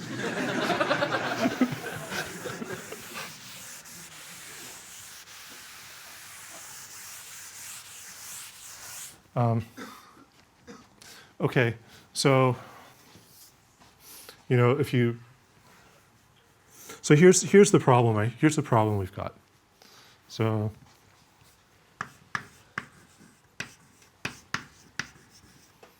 is to glue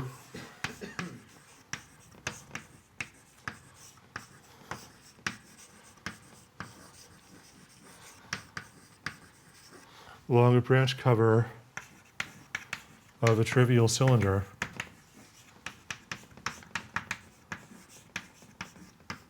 So trivial cylinder means R cross a Rabe orbit.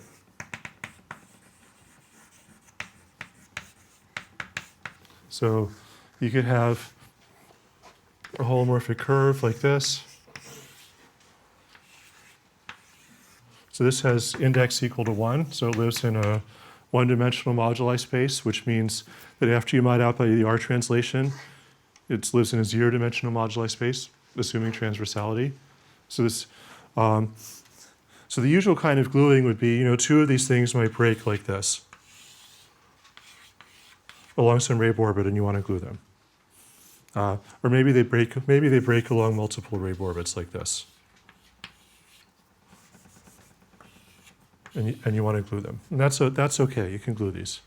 But the problem that can come up, so you can glue these two things to get an end of the moduli space of index 2 curves. And the problem that can come up is you can have a sort of 3-part curve where you have a index 1 curve on the top, you have an index 1 curve on the bottom,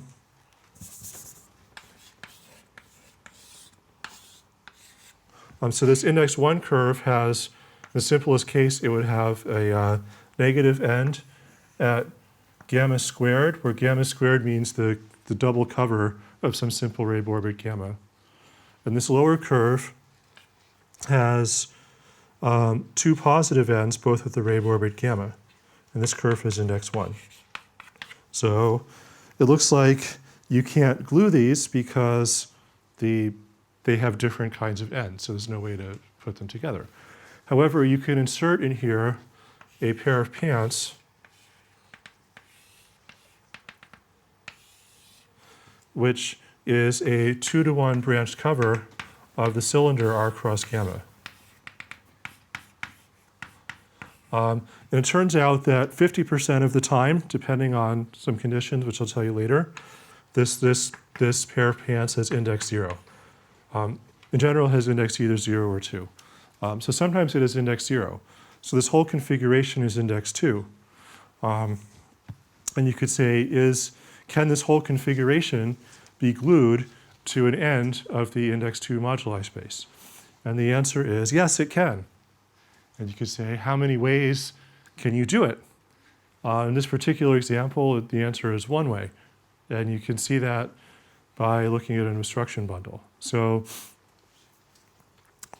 I'm out of time for today, so what I'm going to do next time is I'm going to discuss just this simple example of how to glue this using an obstruction bundle, which in that case will actually be a non-trivial bundle where it's not just the same fiber over every point. It's actually interesting. And then I'll mention the issues that this raises when you think about the definition of the SFT differential, because this means that certain configurations involving branch covers of trivial cylinders must contribute something to the SFT differential. So it'll be interesting to compare when we see the definition of the SFT differential next week. All right, so next time I'll talk about how to glue this. That'll be my last example. Thanks.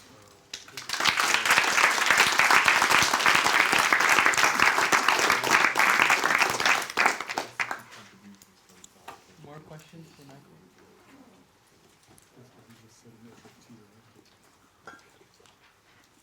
All right, let's think them again.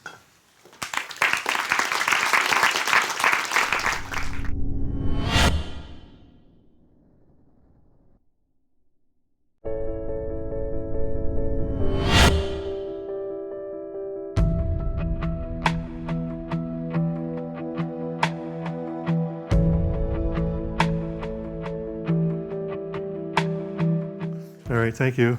So I guess this is my last chance to try to get my point across. So before getting it buried in calculations again, let me try to explain what's the general idea of obstruction bundle gluing. So suppose we want to glue a bunch of things together. Usually we'll talk about holomorphic curves, although my examples so far were Morse theory. So suppose I have a bunch of holomorphic curves UI and I want to glue them together. Now,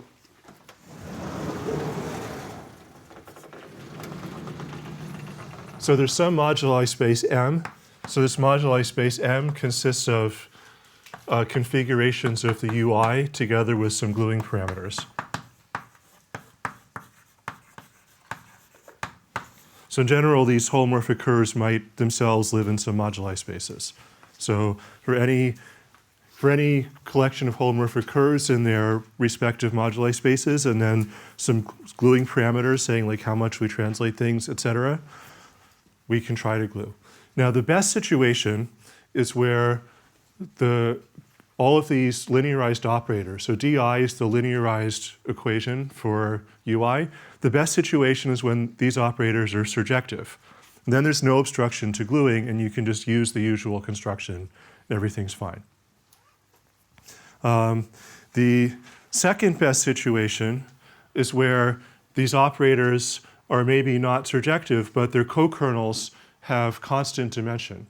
Okay, so as you move around in the moduli space, the dimension of the co-kernel of this operator doesn't jump, so that I have an actual vector bundle over the space M of configurations, where the fiber over a point in this vector bundle is the sum of the co-kernels of all of the operators for all of the pieces. And this is when we have a well-defined obstruction bundle. The worst case is where these co-kernel dimensions may jump. Then you're in Kuranishi land or polyfold land. So that's when you really need to do something fancy. So this obstruction bundle case is sort of in between the classical case where everything works fine and the general case where you need really high technology to solve the problems. Okay, so let's consider this obstruction bundle case. So then you can try to glue, and you write down the gluing equations, and there's an obstruction. So you can glue up to elements of the co-kernels of all of these operators. And so you can then define an obstruction section S. So S inputs gluing configuration and gluing parameters and outputs the obstruction to gluing. And whenever S is equal to 0, you can glue. And in general, you can prove that this construction gives you a bijection from the 0 set of S to the set of possible gluings. And then you want to understand what are the zeros of S. And this section S is defined in some strange indirect way from the gluing equations. So we want to approximate S by something easier to understand. So S0 is this linearized section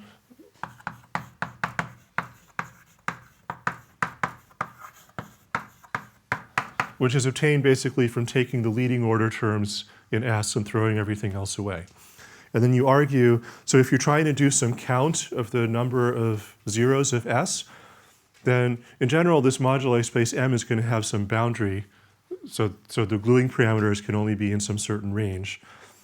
And you argue that on the boundary of this moduli space, the terms in S0 are much bigger than all of the other terms in S. And so if you linearly deform S to S0, zeros never cross the boundary. So any kind of count of zeros that you can make will be the same for S and S0. So then you just have to understand the zeros of S0. And then the idea of S0, I think I didn't explain this so well last time, so let me try again.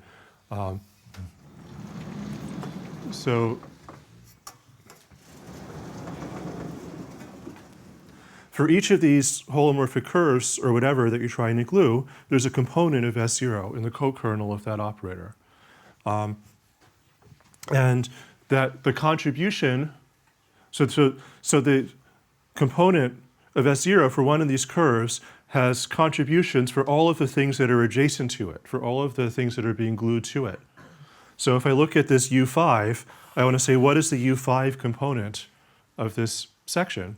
So for each of these curves, U1, U2, and U7, there's a contribution which comes from the asymptotics of the end of that curve that's getting glued to U5. So there's a contribution here from the asymptotics of this end of U1, a contribution from the asymptotics of this end of U2, and a contribution from the asymptotics of this end of U7. So basically you look at the asymptotic expansion of this curve, and you can write a kind of Fourier expansion of it in terms of eigenvalues of the linearized operator, and you look at the leading order term of that. Eigenvalues of the asymptotic operator. And you look at the leading order term, it's going to have some exponential decay. So this contribution is going to look like e to the minus r lambda, where lambda is the eigenvalue and r is the amount that you translate this curve. Okay? So that's the basic idea. And then if all goes well, you can then actually count the zeros of S0 to figure out how many gluings there are. So are there any questions about this general picture before I plunge into my next example? Yeah. So when we do the gluing, this, for example, U7 part dominates in that end, and we do the gluing construction using S0 corresponding to that whatever highest eigenvalue is.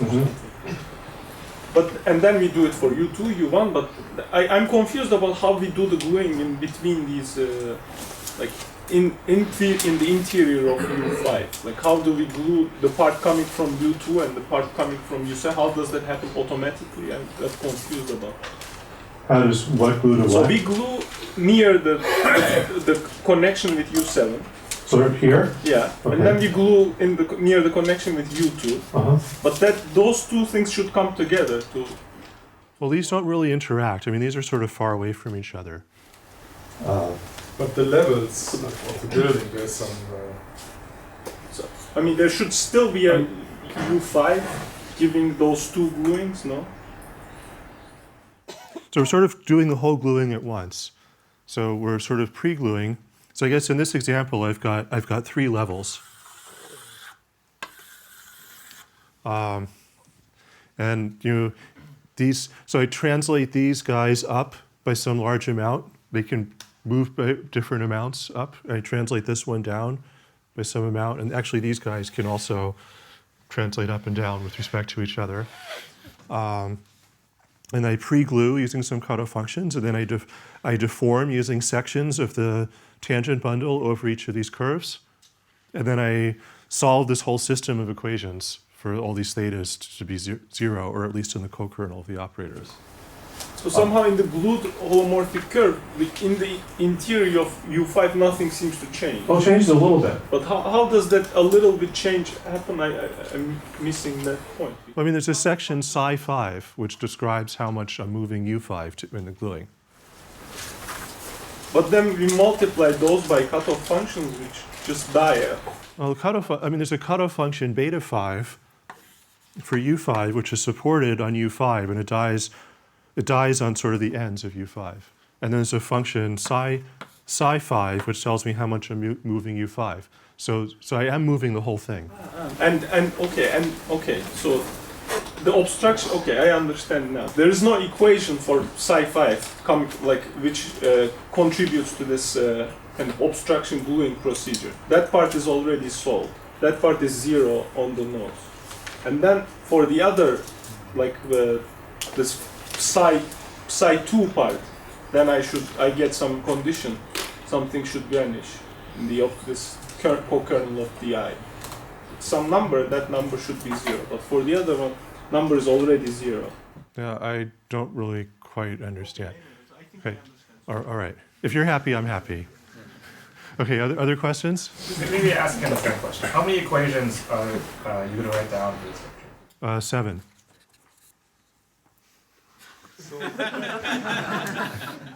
What's so funny? So philosophically, say if you look at the top floor, you look at maps modulo a common R action. Yeah, that is on each level.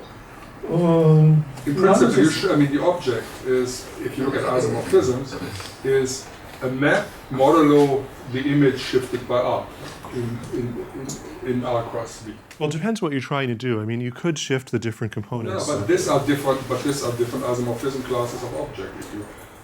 Okay.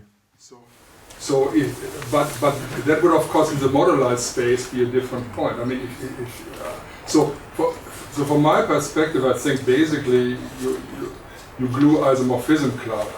In some sense, you glue isomorphism classes, and then you have 2 gluing parameters. In this case, which is sort of, if you look at the average value at some points distributed here, and the average value here is how they go apart. Okay. I guess it sort of depends on what problem you're trying to solve. Whether you want to glue things, well, you want what kind of equivalence class you want to glue.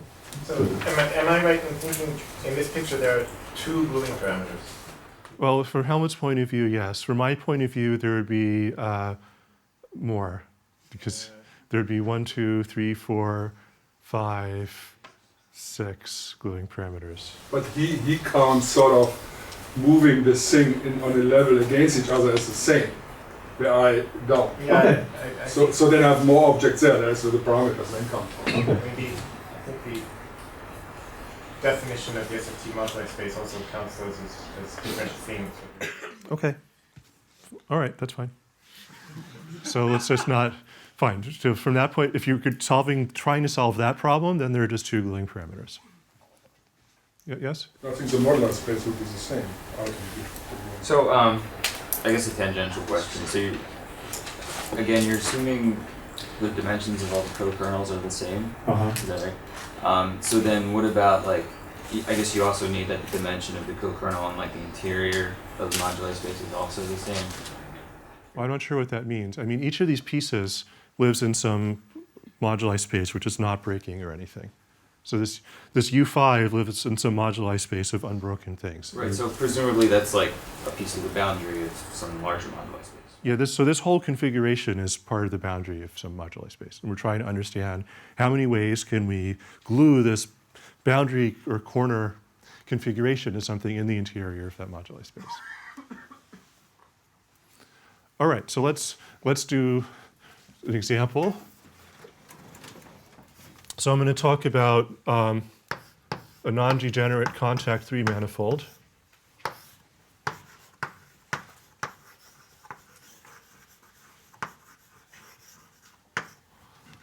So we have the ray vector field R.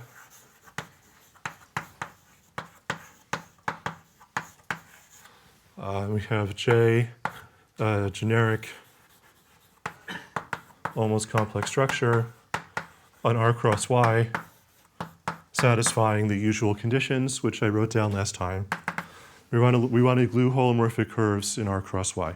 So let me talk a little bit about branched covers of trivial cylinders. So suppose gamma is an elliptic Rabe orbit. Elliptic simple Rabe orbit.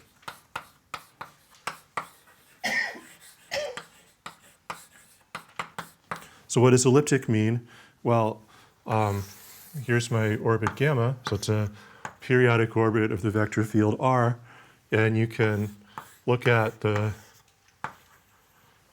normal bundle to this Rabe orbit, which is actually sort of identified with the contact plane field restricted to this Rabe orbit. And the derivative of this flow defines a map from this normal plane at a given point in gamma to itself. So you just look at the derivative of the flow like this, defines a linear map. So linearized return map.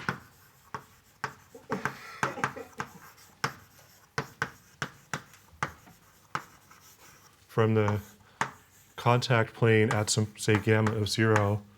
This has a symplectic form on it defined by d lambda. The linearized return map preserves this symplectic form, so it's a 2x2 symplectic matrix. Non-degenerate means it does not have 1 in its spectrum. An elliptic means that this map is conjugate to a rotation.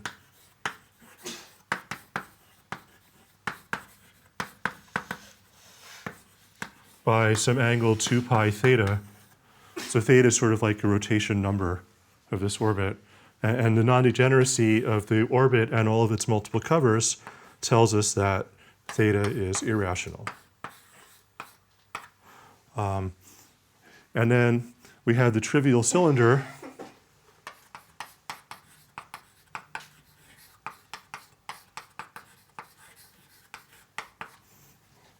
R cross gamma and R cross Y. So this is a holomorphic cylinder because of the usual conditions on J.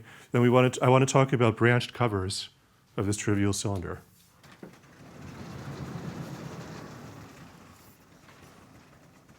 Uh-oh. Uh-oh. It's lost. No, it's creeping up. Where's this hook? I think the hook's on this side.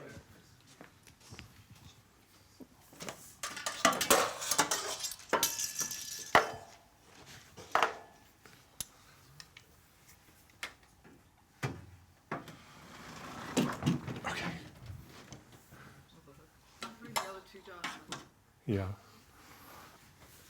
Okay. As you go down more. By the time I figure out really, by the time I master these chalkboards, my course will be over. All right, so suppose I have a branched cover. So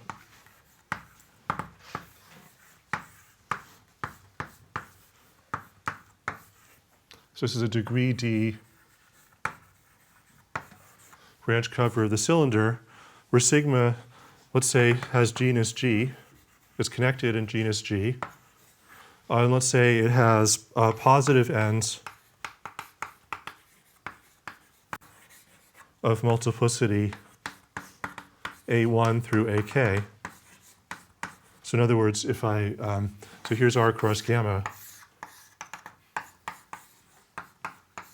and I have this surface that's covering it.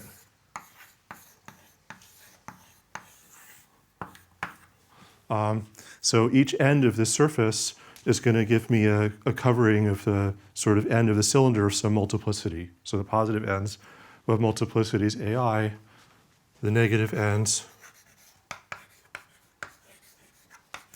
have multiplicity B1 through BL, and the sum of the AIs and the sum of the BJs must equal D, because it's the whole thing is degree D.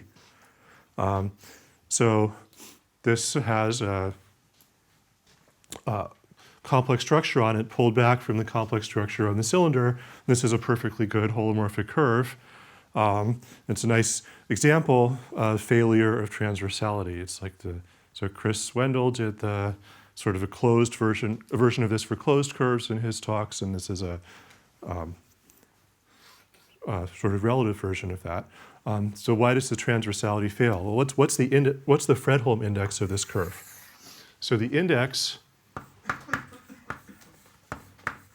of this map U0, well, in general, for the index of any curve in a R cross a contact 3 manifold is minus the Euler characteristic of the domain plus twice some relative first Chern class. So this notation is, so tau is a trivialization of the contact plane over all of the ray orbits. And this C tau is the relative first Chern class of the contact plane field restricted to this curve U. Then there's a sum of Conley-Sanger terms. So you have the sum of the positive ends of the Conley-Sanger index of the ray orbit with respect to the trivialization tau minus the sum over the negative ends of the Conley-Sanger index of the negative ends.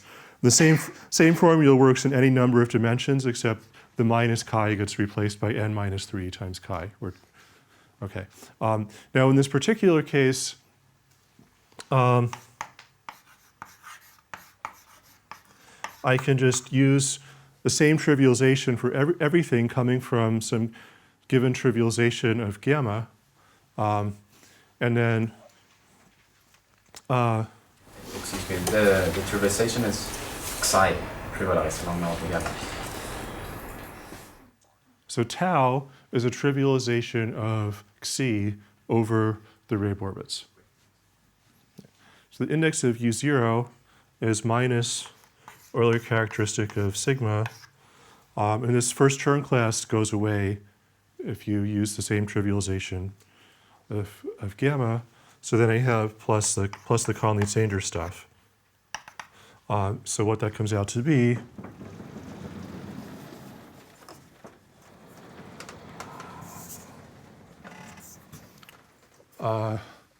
so it's 2G minus 2 plus K plus L. So that's minus the Euler characteristic of the curve. And then, so if I fix some trivialization, the linearized return map for this ray orbit gamma is a rotation by 2 pi theta. And the Conley-Sanger index is So if I have the Conley-Sanger index of gamma itself is 2 times the floor of theta plus 1.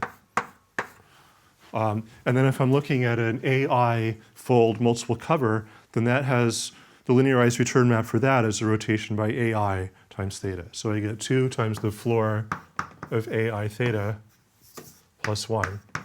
So that's the sum of the Conley-Sanger index terms. For the positive ends, and then for the negative ends, I have minus sum from j equals 1 to L of 2 times the floor of bj theta plus 1. And for convenience, I'm going to write this a little differently. I'll write this as 2 times the ceiling of bj theta minus 1. Could you say again why the relative return class vanishes? Because the trivialization, if I use the same trivialization coming from a given trivialization of gamma, then that trivialization extends over the entire curve. And so the first term class is 0. So the relative first term class is sort of the obstruction to extending the boundary trivialization over the whole curve. Even at the branch point? Yeah, it's still okay. But it's because you have a cylinder, right? Otherwise, if you had some genus or Yeah, I mean, everything's just mapping to this one wave orbit. I trivialized the contact plane field over it.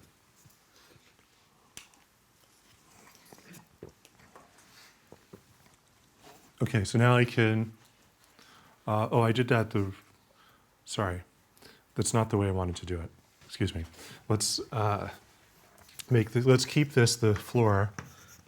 I actually wanted to change this to the ceiling. Because now I can cancel some stuff out. So I can cancel this plus k with this minus 1. And I can cancel this plus L with this plus 1 over here. So this whole thing comes out to be 2 times g minus 1 plus sum over I of ceiling of AI theta minus sum over j of floor of bj theta. And then I always get confused about which way it goes, but the sum of the ceilings is greater than or equal to the ceiling of the sum. So this thing is greater than or equal to the ceiling of d theta. And this thing is less than or equal to the floor of d theta. So this whole thing is greater than or equal to 2 times g minus 1 plus ceiling of d theta minus floor of d theta. And because d theta is not an integer, the ceiling minus the floor is equal to 1. So this is equal to 2g. So what does that tell us? So it tells us that the index of this multiple cover is greater than or equal to 0. That's a nice fact. It's not true in higher dimensions, unfortunately. But in 3 dimensions, this branch cover trivial cylinder always has index greater than or equal to 0, and it can be equal to 0. So the index of U0 is equal to 0 if and only if the genus is equal to 0 and the sum over I of ceiling of AI theta is actually equal to ceiling of d theta and the sum over j of floor of bj theta is equal to the floor of d theta. So this is sometimes true. So in some cases, the index is 0.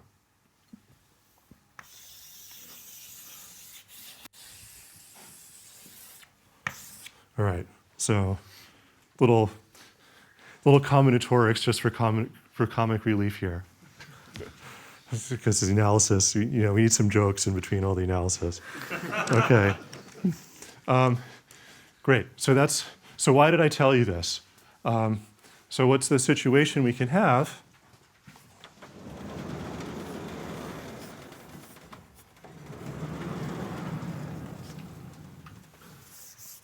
Is we could have a Fredholm index 1 curve here. Let's call this thing U plus, which has a bunch of negative ends at covers of gamma. Okay? So this U plus could have negative ends at gamma of multiplicities A1 through AK. And then I could have some curve U minus of also Fredholm index 1, which has positive ends at covers of gamma of multiplicities Bj. And then in between them, I could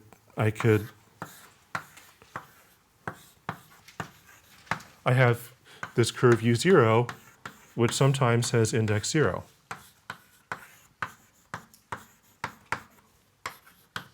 So suppose we're in a situation where this thing actually has index 0.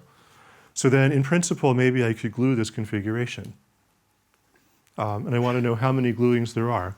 So the reason why I looked at this problem, or Cliff Hobbs and I worked on this problem in our paper, was to prove that the differential in embedded contact homology satisfies d squared equals 0. So for that application, you actually need to glue stuff like this.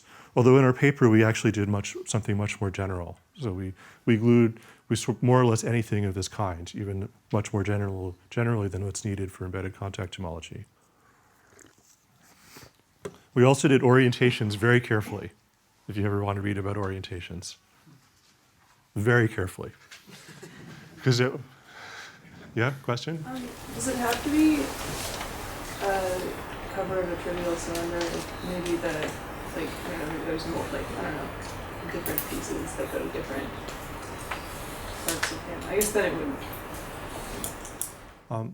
Well, of course, you could certainly do this kind of thing more generally for branch covers of something which is not a trivial cylinder. We didn't do that, although that's of interest when you're trying to look at cobordism maps in embedded contact homology. So Chris Gehrig is thinking about that. There's also an example in the Bao and Honda paper, right? That's true, yes. The Bao and Honda paper looks at covers of cylinders, non-trivial cylinders. They're not branched, but they're non-trivial, which come up in chain homotopies for invariants of cylindrical contact homology. It's a very nice example of obstruction bundles that they do. When you say something much more general, it's still, you say in dimension 3 or? We just did dimension 3, yeah. But the kinds of configurations that we glued were more general than what you need for ECH. I think one advantage of dimension 3 here is there's sort of low-dimensional phenomena related to automatic countersality that will help you prove that the obstruction bundle is well defined. Yeah, that's coming in a second. Right, so in this situation, a situation like this, we have an obstruction bundle. So I say I want to try to glue this thing. So what is this M? Well, it's basically a moduli space of branch covers.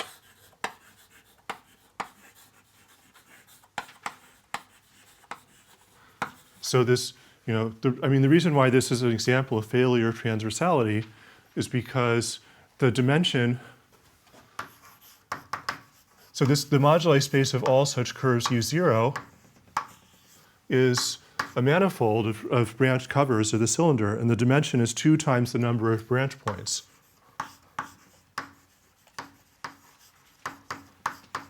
And the number of branch points is k plus L minus 2.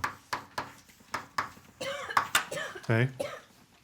So whenever this thing is not a cylinder, there are some branch points. So it's a moduli space of positive dimension, manifestly. But its index might be 0, so then transversality just doesn't work. There's just absolutely no way you can fix that by choosing a generic J. Life sucks. Okay. So now in this problem, we could sort of fix the gluing parameters So we could fix how much we're going to translate this stuff up. And then we have a moduli space of branch covers. And then over each point in this moduli space, we have the co-kernel of the operator d0 for the curve u0. So we'll assume that the curves u plus and u minus are cut out transversely. So we'll assume that the operators d plus and minus are surjective, which you can do if at least if these things are somewhere injective. You can assume that for generic J. However, the d0 definitely has a co-kernel. And as Chris just pointed out, the dimension of the co-kernel never varies. So the lemma, while I have all this combinatorics up here, point out one more lemma.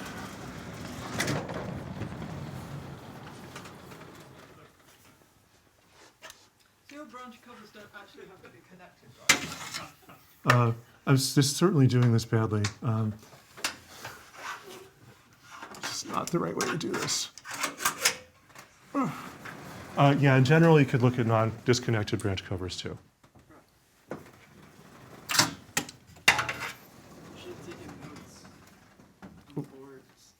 On how to use the board? Well, they should have sent us an instruction manual. Well, you see in the restroom, there's this big instruction sheet on how to wash your hands. We need something like that for the boards. Then they'll have 25 steps. Okay.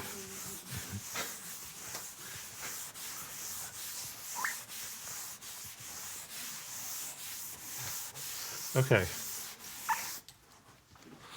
Right, so the lemma is that the kernel of d0 is always equal to 0.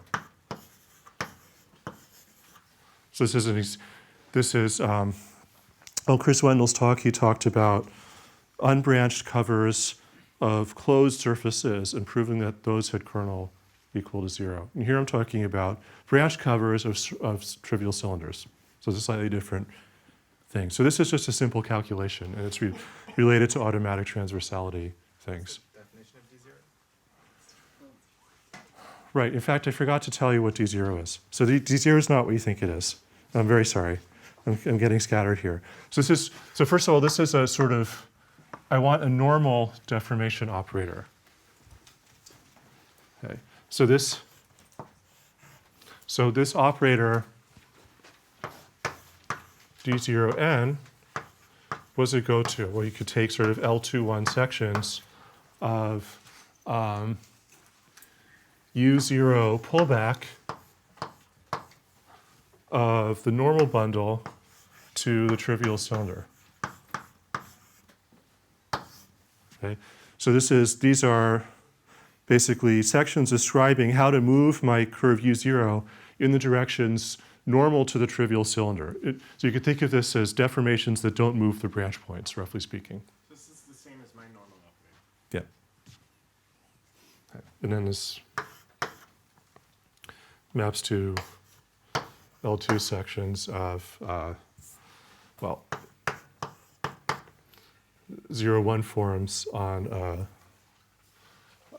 sigma with values in this bundle. Yeah. So we're measuring deformations that don't move the branch points. So the index, right, so this thing, the dimension of M is 2 times the number of branch points. And the index of this operator d0n is minus 2b. So the curve u0 itself has index 0. So the sort of usual operator for that curve would have index 0. But because I'm sort of restricting the domain of this operator by not allowing the branch points to move, that decreases the index by the number of constraints I put on, which is 2 times the number of branch points. So that's why the index of this operator is minus 2b.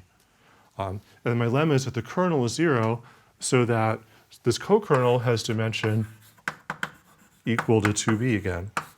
So I have a rank 2B bundle over a 2B dimensional base, and I can expect to get some finite count of zeros, which would be the number of ways to glue. And what's the proof of this?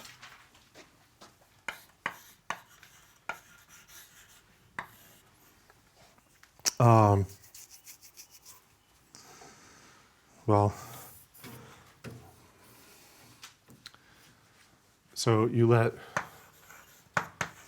psi be a non-zero element of the kernel, suppose such a thing exists.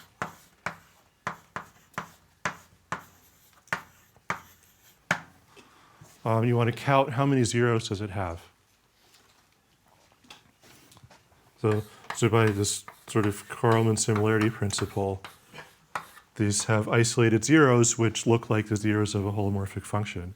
So the algebraic count of zeros is greater than or equal to 0 with equality if and only if it's non-vanishing. Now, it will be non-vanishing sort of on the ends, and so at each end it has a kind of winding number around 0. So as you go around one of these circles in the ends, you can count the winding number of this section around 0.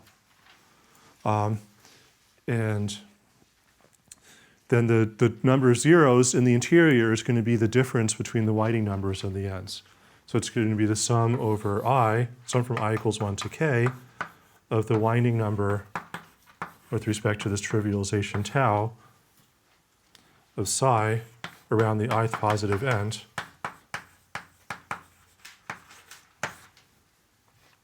minus sum from j equals 1 to L of the winding number with respect to tau of psi over the jth negative end. And then you can put bounds on these winding numbers. So basically, the asymptotic behavior of psi is described in terms of asymptotic eigenvalue of an asymptotic operator. I certainly don't have time to explain that in detail. But you find that the winding number is less than or equal to the floor of AI theta.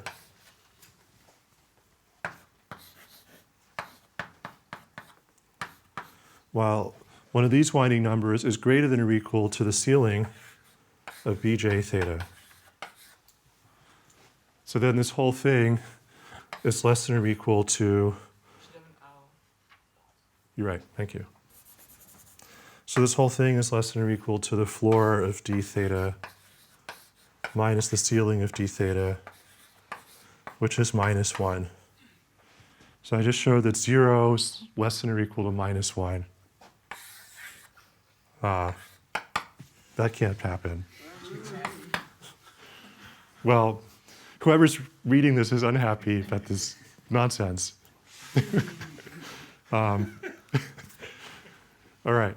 So we have a well-defined obstruction bundle. This did this use the index equals 0 assumption?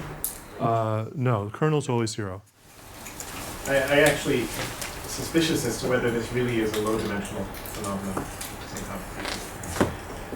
Seems like it should be related to the fact that the operator for the trivial cylinder is always invertible, which is very general. All right, let's talk about that later and see if it generalizes. By the way, how much time is left? Like, you started at my watch is 2:15, 2:16, so you've got 20 minutes left. 20? Really? Well, 17. 17 minutes? Okay. I think 20 is even accurate. Yeah, I think 20 is more accurate. Wow, okay. Time flies okay. Well, anyway, all right, great. I don't know what I'm saying.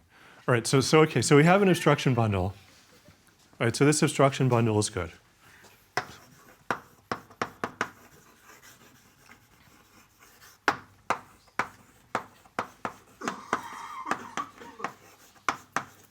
So we're happy over here.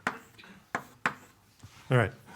So now we can do obstruction bundle gluing. So what's the picture? Does that make us happy or sad? Well, it makes us happy that this method is applicable. And lucky you didn't have to do it.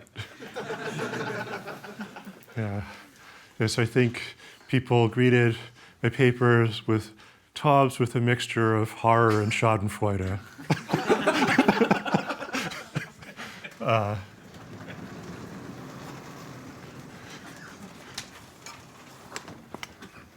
Okay.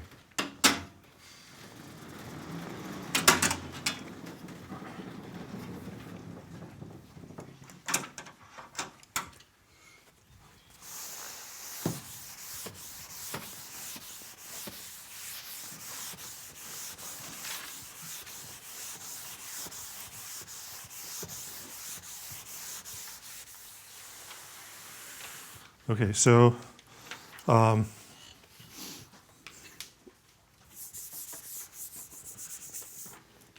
so let me do the simplest non-trivial example.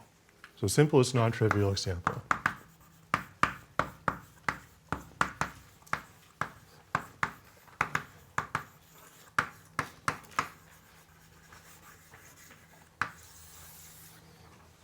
So this is where k equals 1, and a1 equals 2, and L equals 2, and b1 equals b2 equals 1. So my curve u0 just looks like this, just a pair of pants. The top has degree 2, the bottom has degree 1. This is mapping to R cross gamma.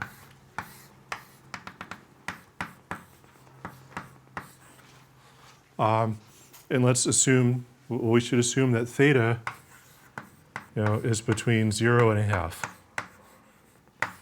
And this is what you need for the index. Well, up to shifting it by an integer, this is what you need for the index to be 0. If theta is between a half and 1, the index will be 2. Okay. And there's how many branch points are there going to be? There's going to be one branch point. So it's going to be somewhere over here, mapping to somewhere over there.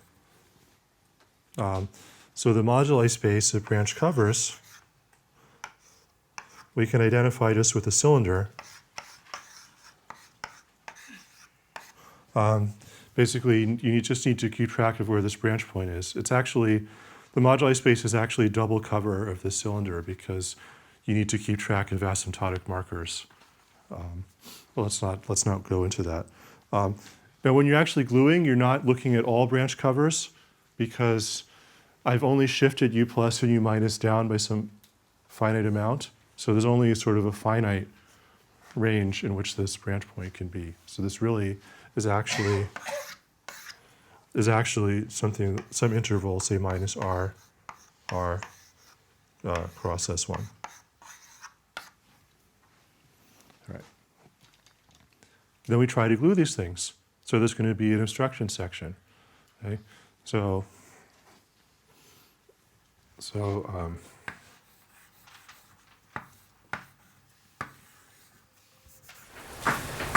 can you say again quickly why you truncated the R there?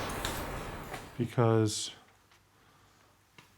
I shift u plus up by some finite amount, I shift u minus down by some finite amount, and there's only this finite interval in which I can put this branch cover.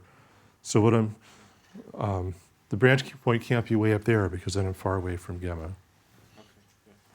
So when you're writing this, it's really kind of annoying to sort of sort this out and figure out where exactly the branch point can be and so on. Right, and then there's another simplifying thing you can do, which is you can arrange that that the linearized rate flow around gamma is J linear. In other words, you can choose your J in such a way that the rate flow from one point in gamma to another point in gamma is actually a complex linear map. When you do that, this causes the normal operator d0n to be actually a complex linear operator, not just a real linear operator. Simplifies the calculations a little bit. So the co-kernel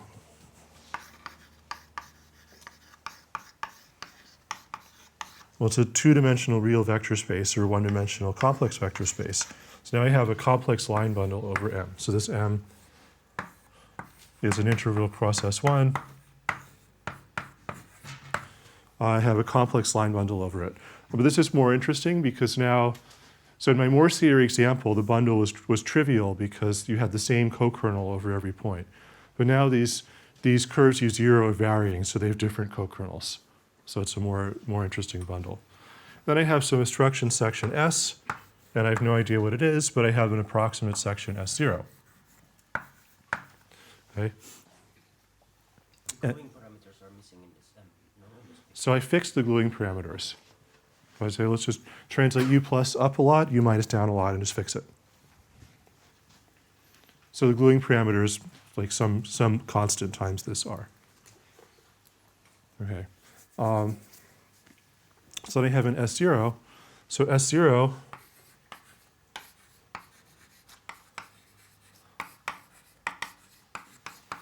has contributions from the negative end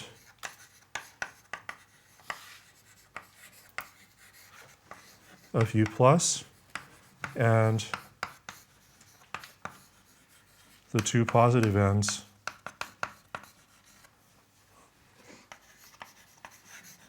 of U minus. And you can actually sort of figure out what these are.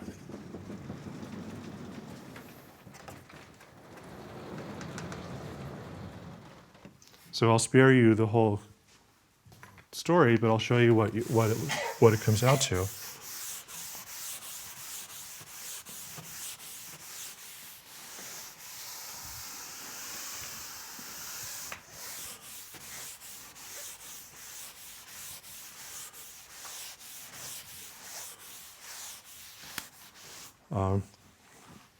So you get that S0, well, let's give these things names. So this is let's call this S and T.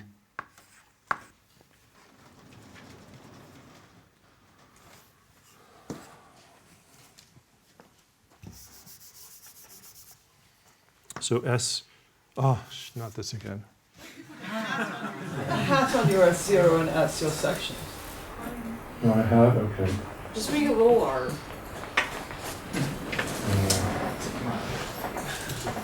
Let's make this sigma and tau.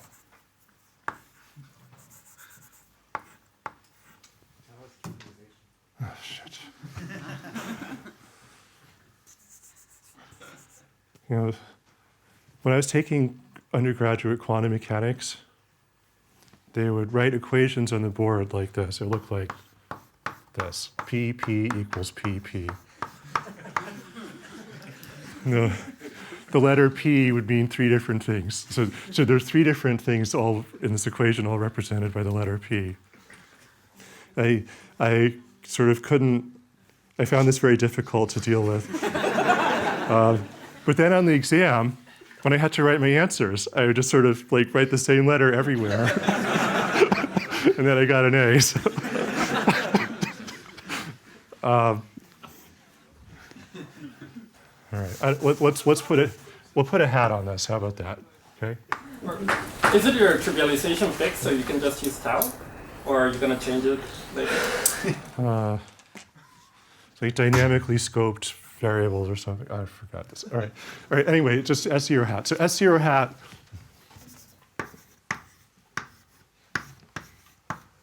Of ST, what's it going to be?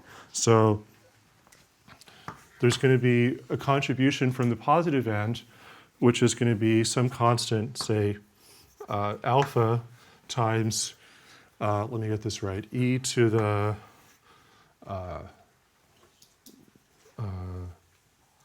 lambda s plus it, where lambda is an eigenvalue, some operator. So basically this e to the lambda s means that when the branch point is higher up, you're sort of closer to u plus, so you're seeing more of a contribution. And this it reflects the fact that as the branch point moves around, well, so you have to compare these co-kernel elements for different elements in the moduli space. To do that, you basically need to understand the winding numbers of these co-kernel elements as you go around the end. So the fact that this term is here represents the fact that the co-kernel element has winding number 1 as you go around the end. And then there's going to be some, from the negative ends, there's going to be some contribution. Let's call this, I don't know, lambda plus. Of the form e to the minus lambda minus s. And these on the negative end, the co-kernel elements have winding number 0, so there's actually no t term up here. Right, so I don't really have time to explain this in full detail, but you get an expression like this. Okay? So this is actually quite simple. The general case where you have lots of branch points, it becomes very challenging to calculate the number of zeros of the section. You need all sorts of tricks. But this case is simple enough that you can see directly what's going on. So what's going on? So if S is large, then this term is much bigger than this term. So in the complex plane, when S is large, as t goes around S1, the section's going like this. Okay? So let me label this circle here. If S is small, then this term is very small, and then this term is big, but this is as t goes around the circle, it's a constant. So if S is small, it's some little circle like this. And then on that finite cylinder, you're interpolating between these two circles. So one of these circles has winding number 1 around 0, and the other one has winding number 0, so the number of zeros is equal to 1.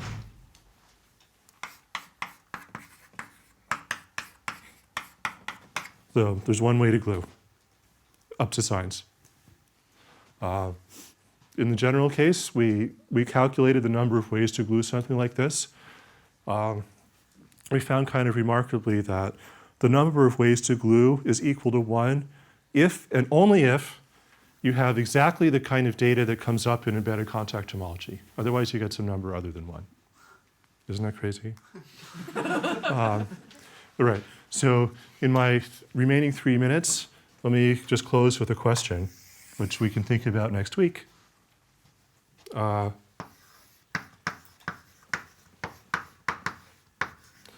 next week, Helmut's going to tell us the definition of SFT. So SFT is supposed to count index 1 things, but not just index 1 curves, but any sort of index 1 building. So you could have an index 1 building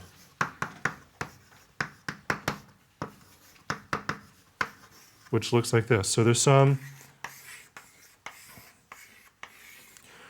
nice, so let's say we can make it embedded if you like, embedded index equals 1 piece. Perfectly good curve. This is the kind of thing we want to count. And then maybe attached to it are some branch covers of trivial cylinders. So they can be attached above it. So these have some branch points in them. Or below it. They could also, in sort of worst cases, this thing could have some additional ends at covers of the same orbit, and there could be some further branch covers of trivial cylinders on the side. Okay? So you have some building where one piece is an embedded index 1 curve, and then there are a bunch of other pieces, either above it, below it, or on the side, which are index 0 branch covers of trivial cylinders.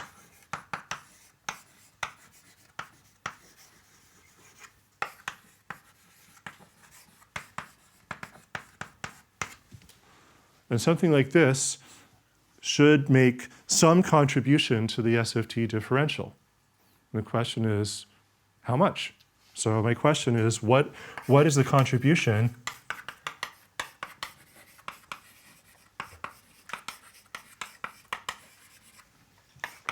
to the SFT differential. So I have some conjectures about this, but it's not really a well-defined question until we've seen the definition of the SFT differential. I think it might, depending, I mean, so you have solutions on the boundary on corners, and you have an algorithm clicking certain, in a systematic way, clicking certain things in and out. So, and there are some conventions. And depending on the conventions, I mean, they lead to the same algebraic theory. So it's conceivable that actually, depending on your convention, the answer to the question would be different. Yeah, that's exactly what I expect. So I expect this to depend on some choices. So just to draw the picture for the simple example that I did. So we did this example where you glue a pair of pants in between two index 1 things, like this. So this is index 1, this is index 0, this is index 1. We found that the number of ways to glue this equals 1. Now, this sort of this building consisting of the upper piece plus the middle piece makes some contribution to the SFT differential. I don't know what. Let's call it C plus. And this lower piece, obtained by gluing the lower piece to the middle, makes some other contribution. Let's call it C minus. And this sort of forces us, modulo, I guess in general you need some combinatorial factors in the SFT differential, but ignoring that, the fact that there's one way to glue basically forces that C plus C minus equals 1 in order to get d squared equals 0. And I would expect that you could sort of choose one of these to be whatever you want, and then the other one is forced by this equation. So I have some more general conjectures along these lines, because the number of gluings is 1. So there's an end of the index 2 moduli space converging to this thing.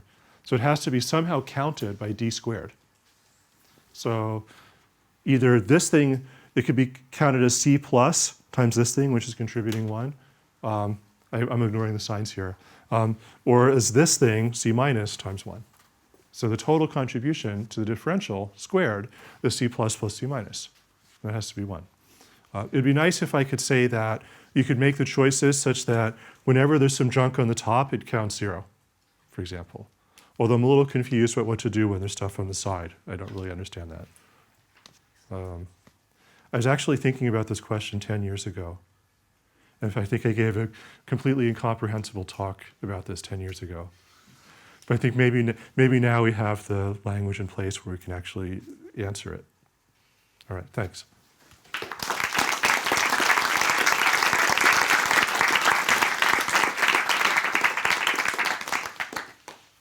Questions for Just to clarify, so on this, so in the middle part, so for that picture, in the embedded part, do you make like a standard PCH assumptions, no multiple colors of the hyperbolic orbit?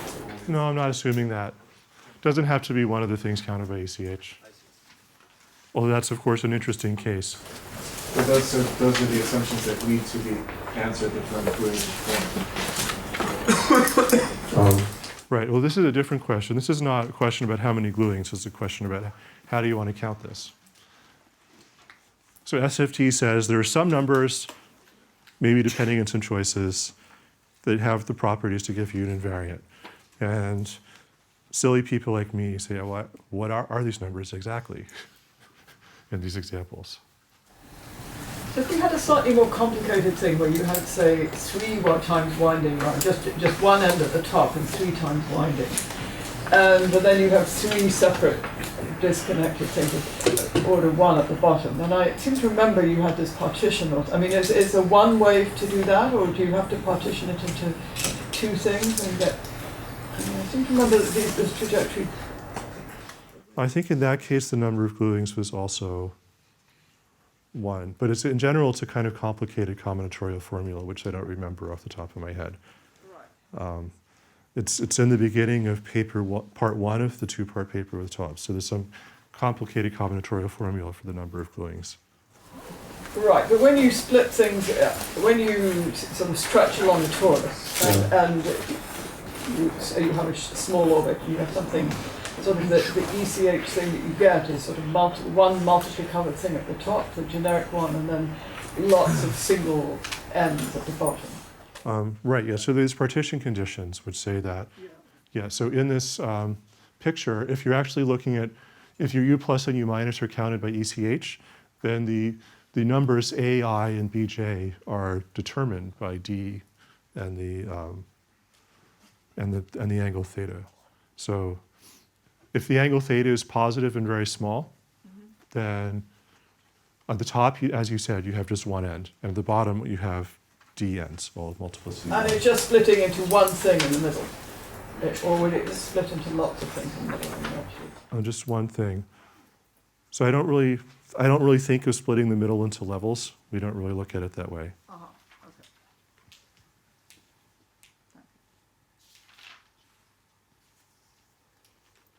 So this afternoon there's a discussion. Yeah, so Chris Garrick will answer all of your technical questions.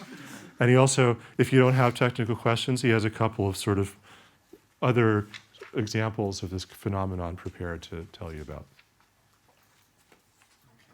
So otherwise it was brought to my attention that the next speaker wants to have plenty of time for a leisurely coffee after lunch. Therefore we will reconvene at 2:15. Let's thank Michael again.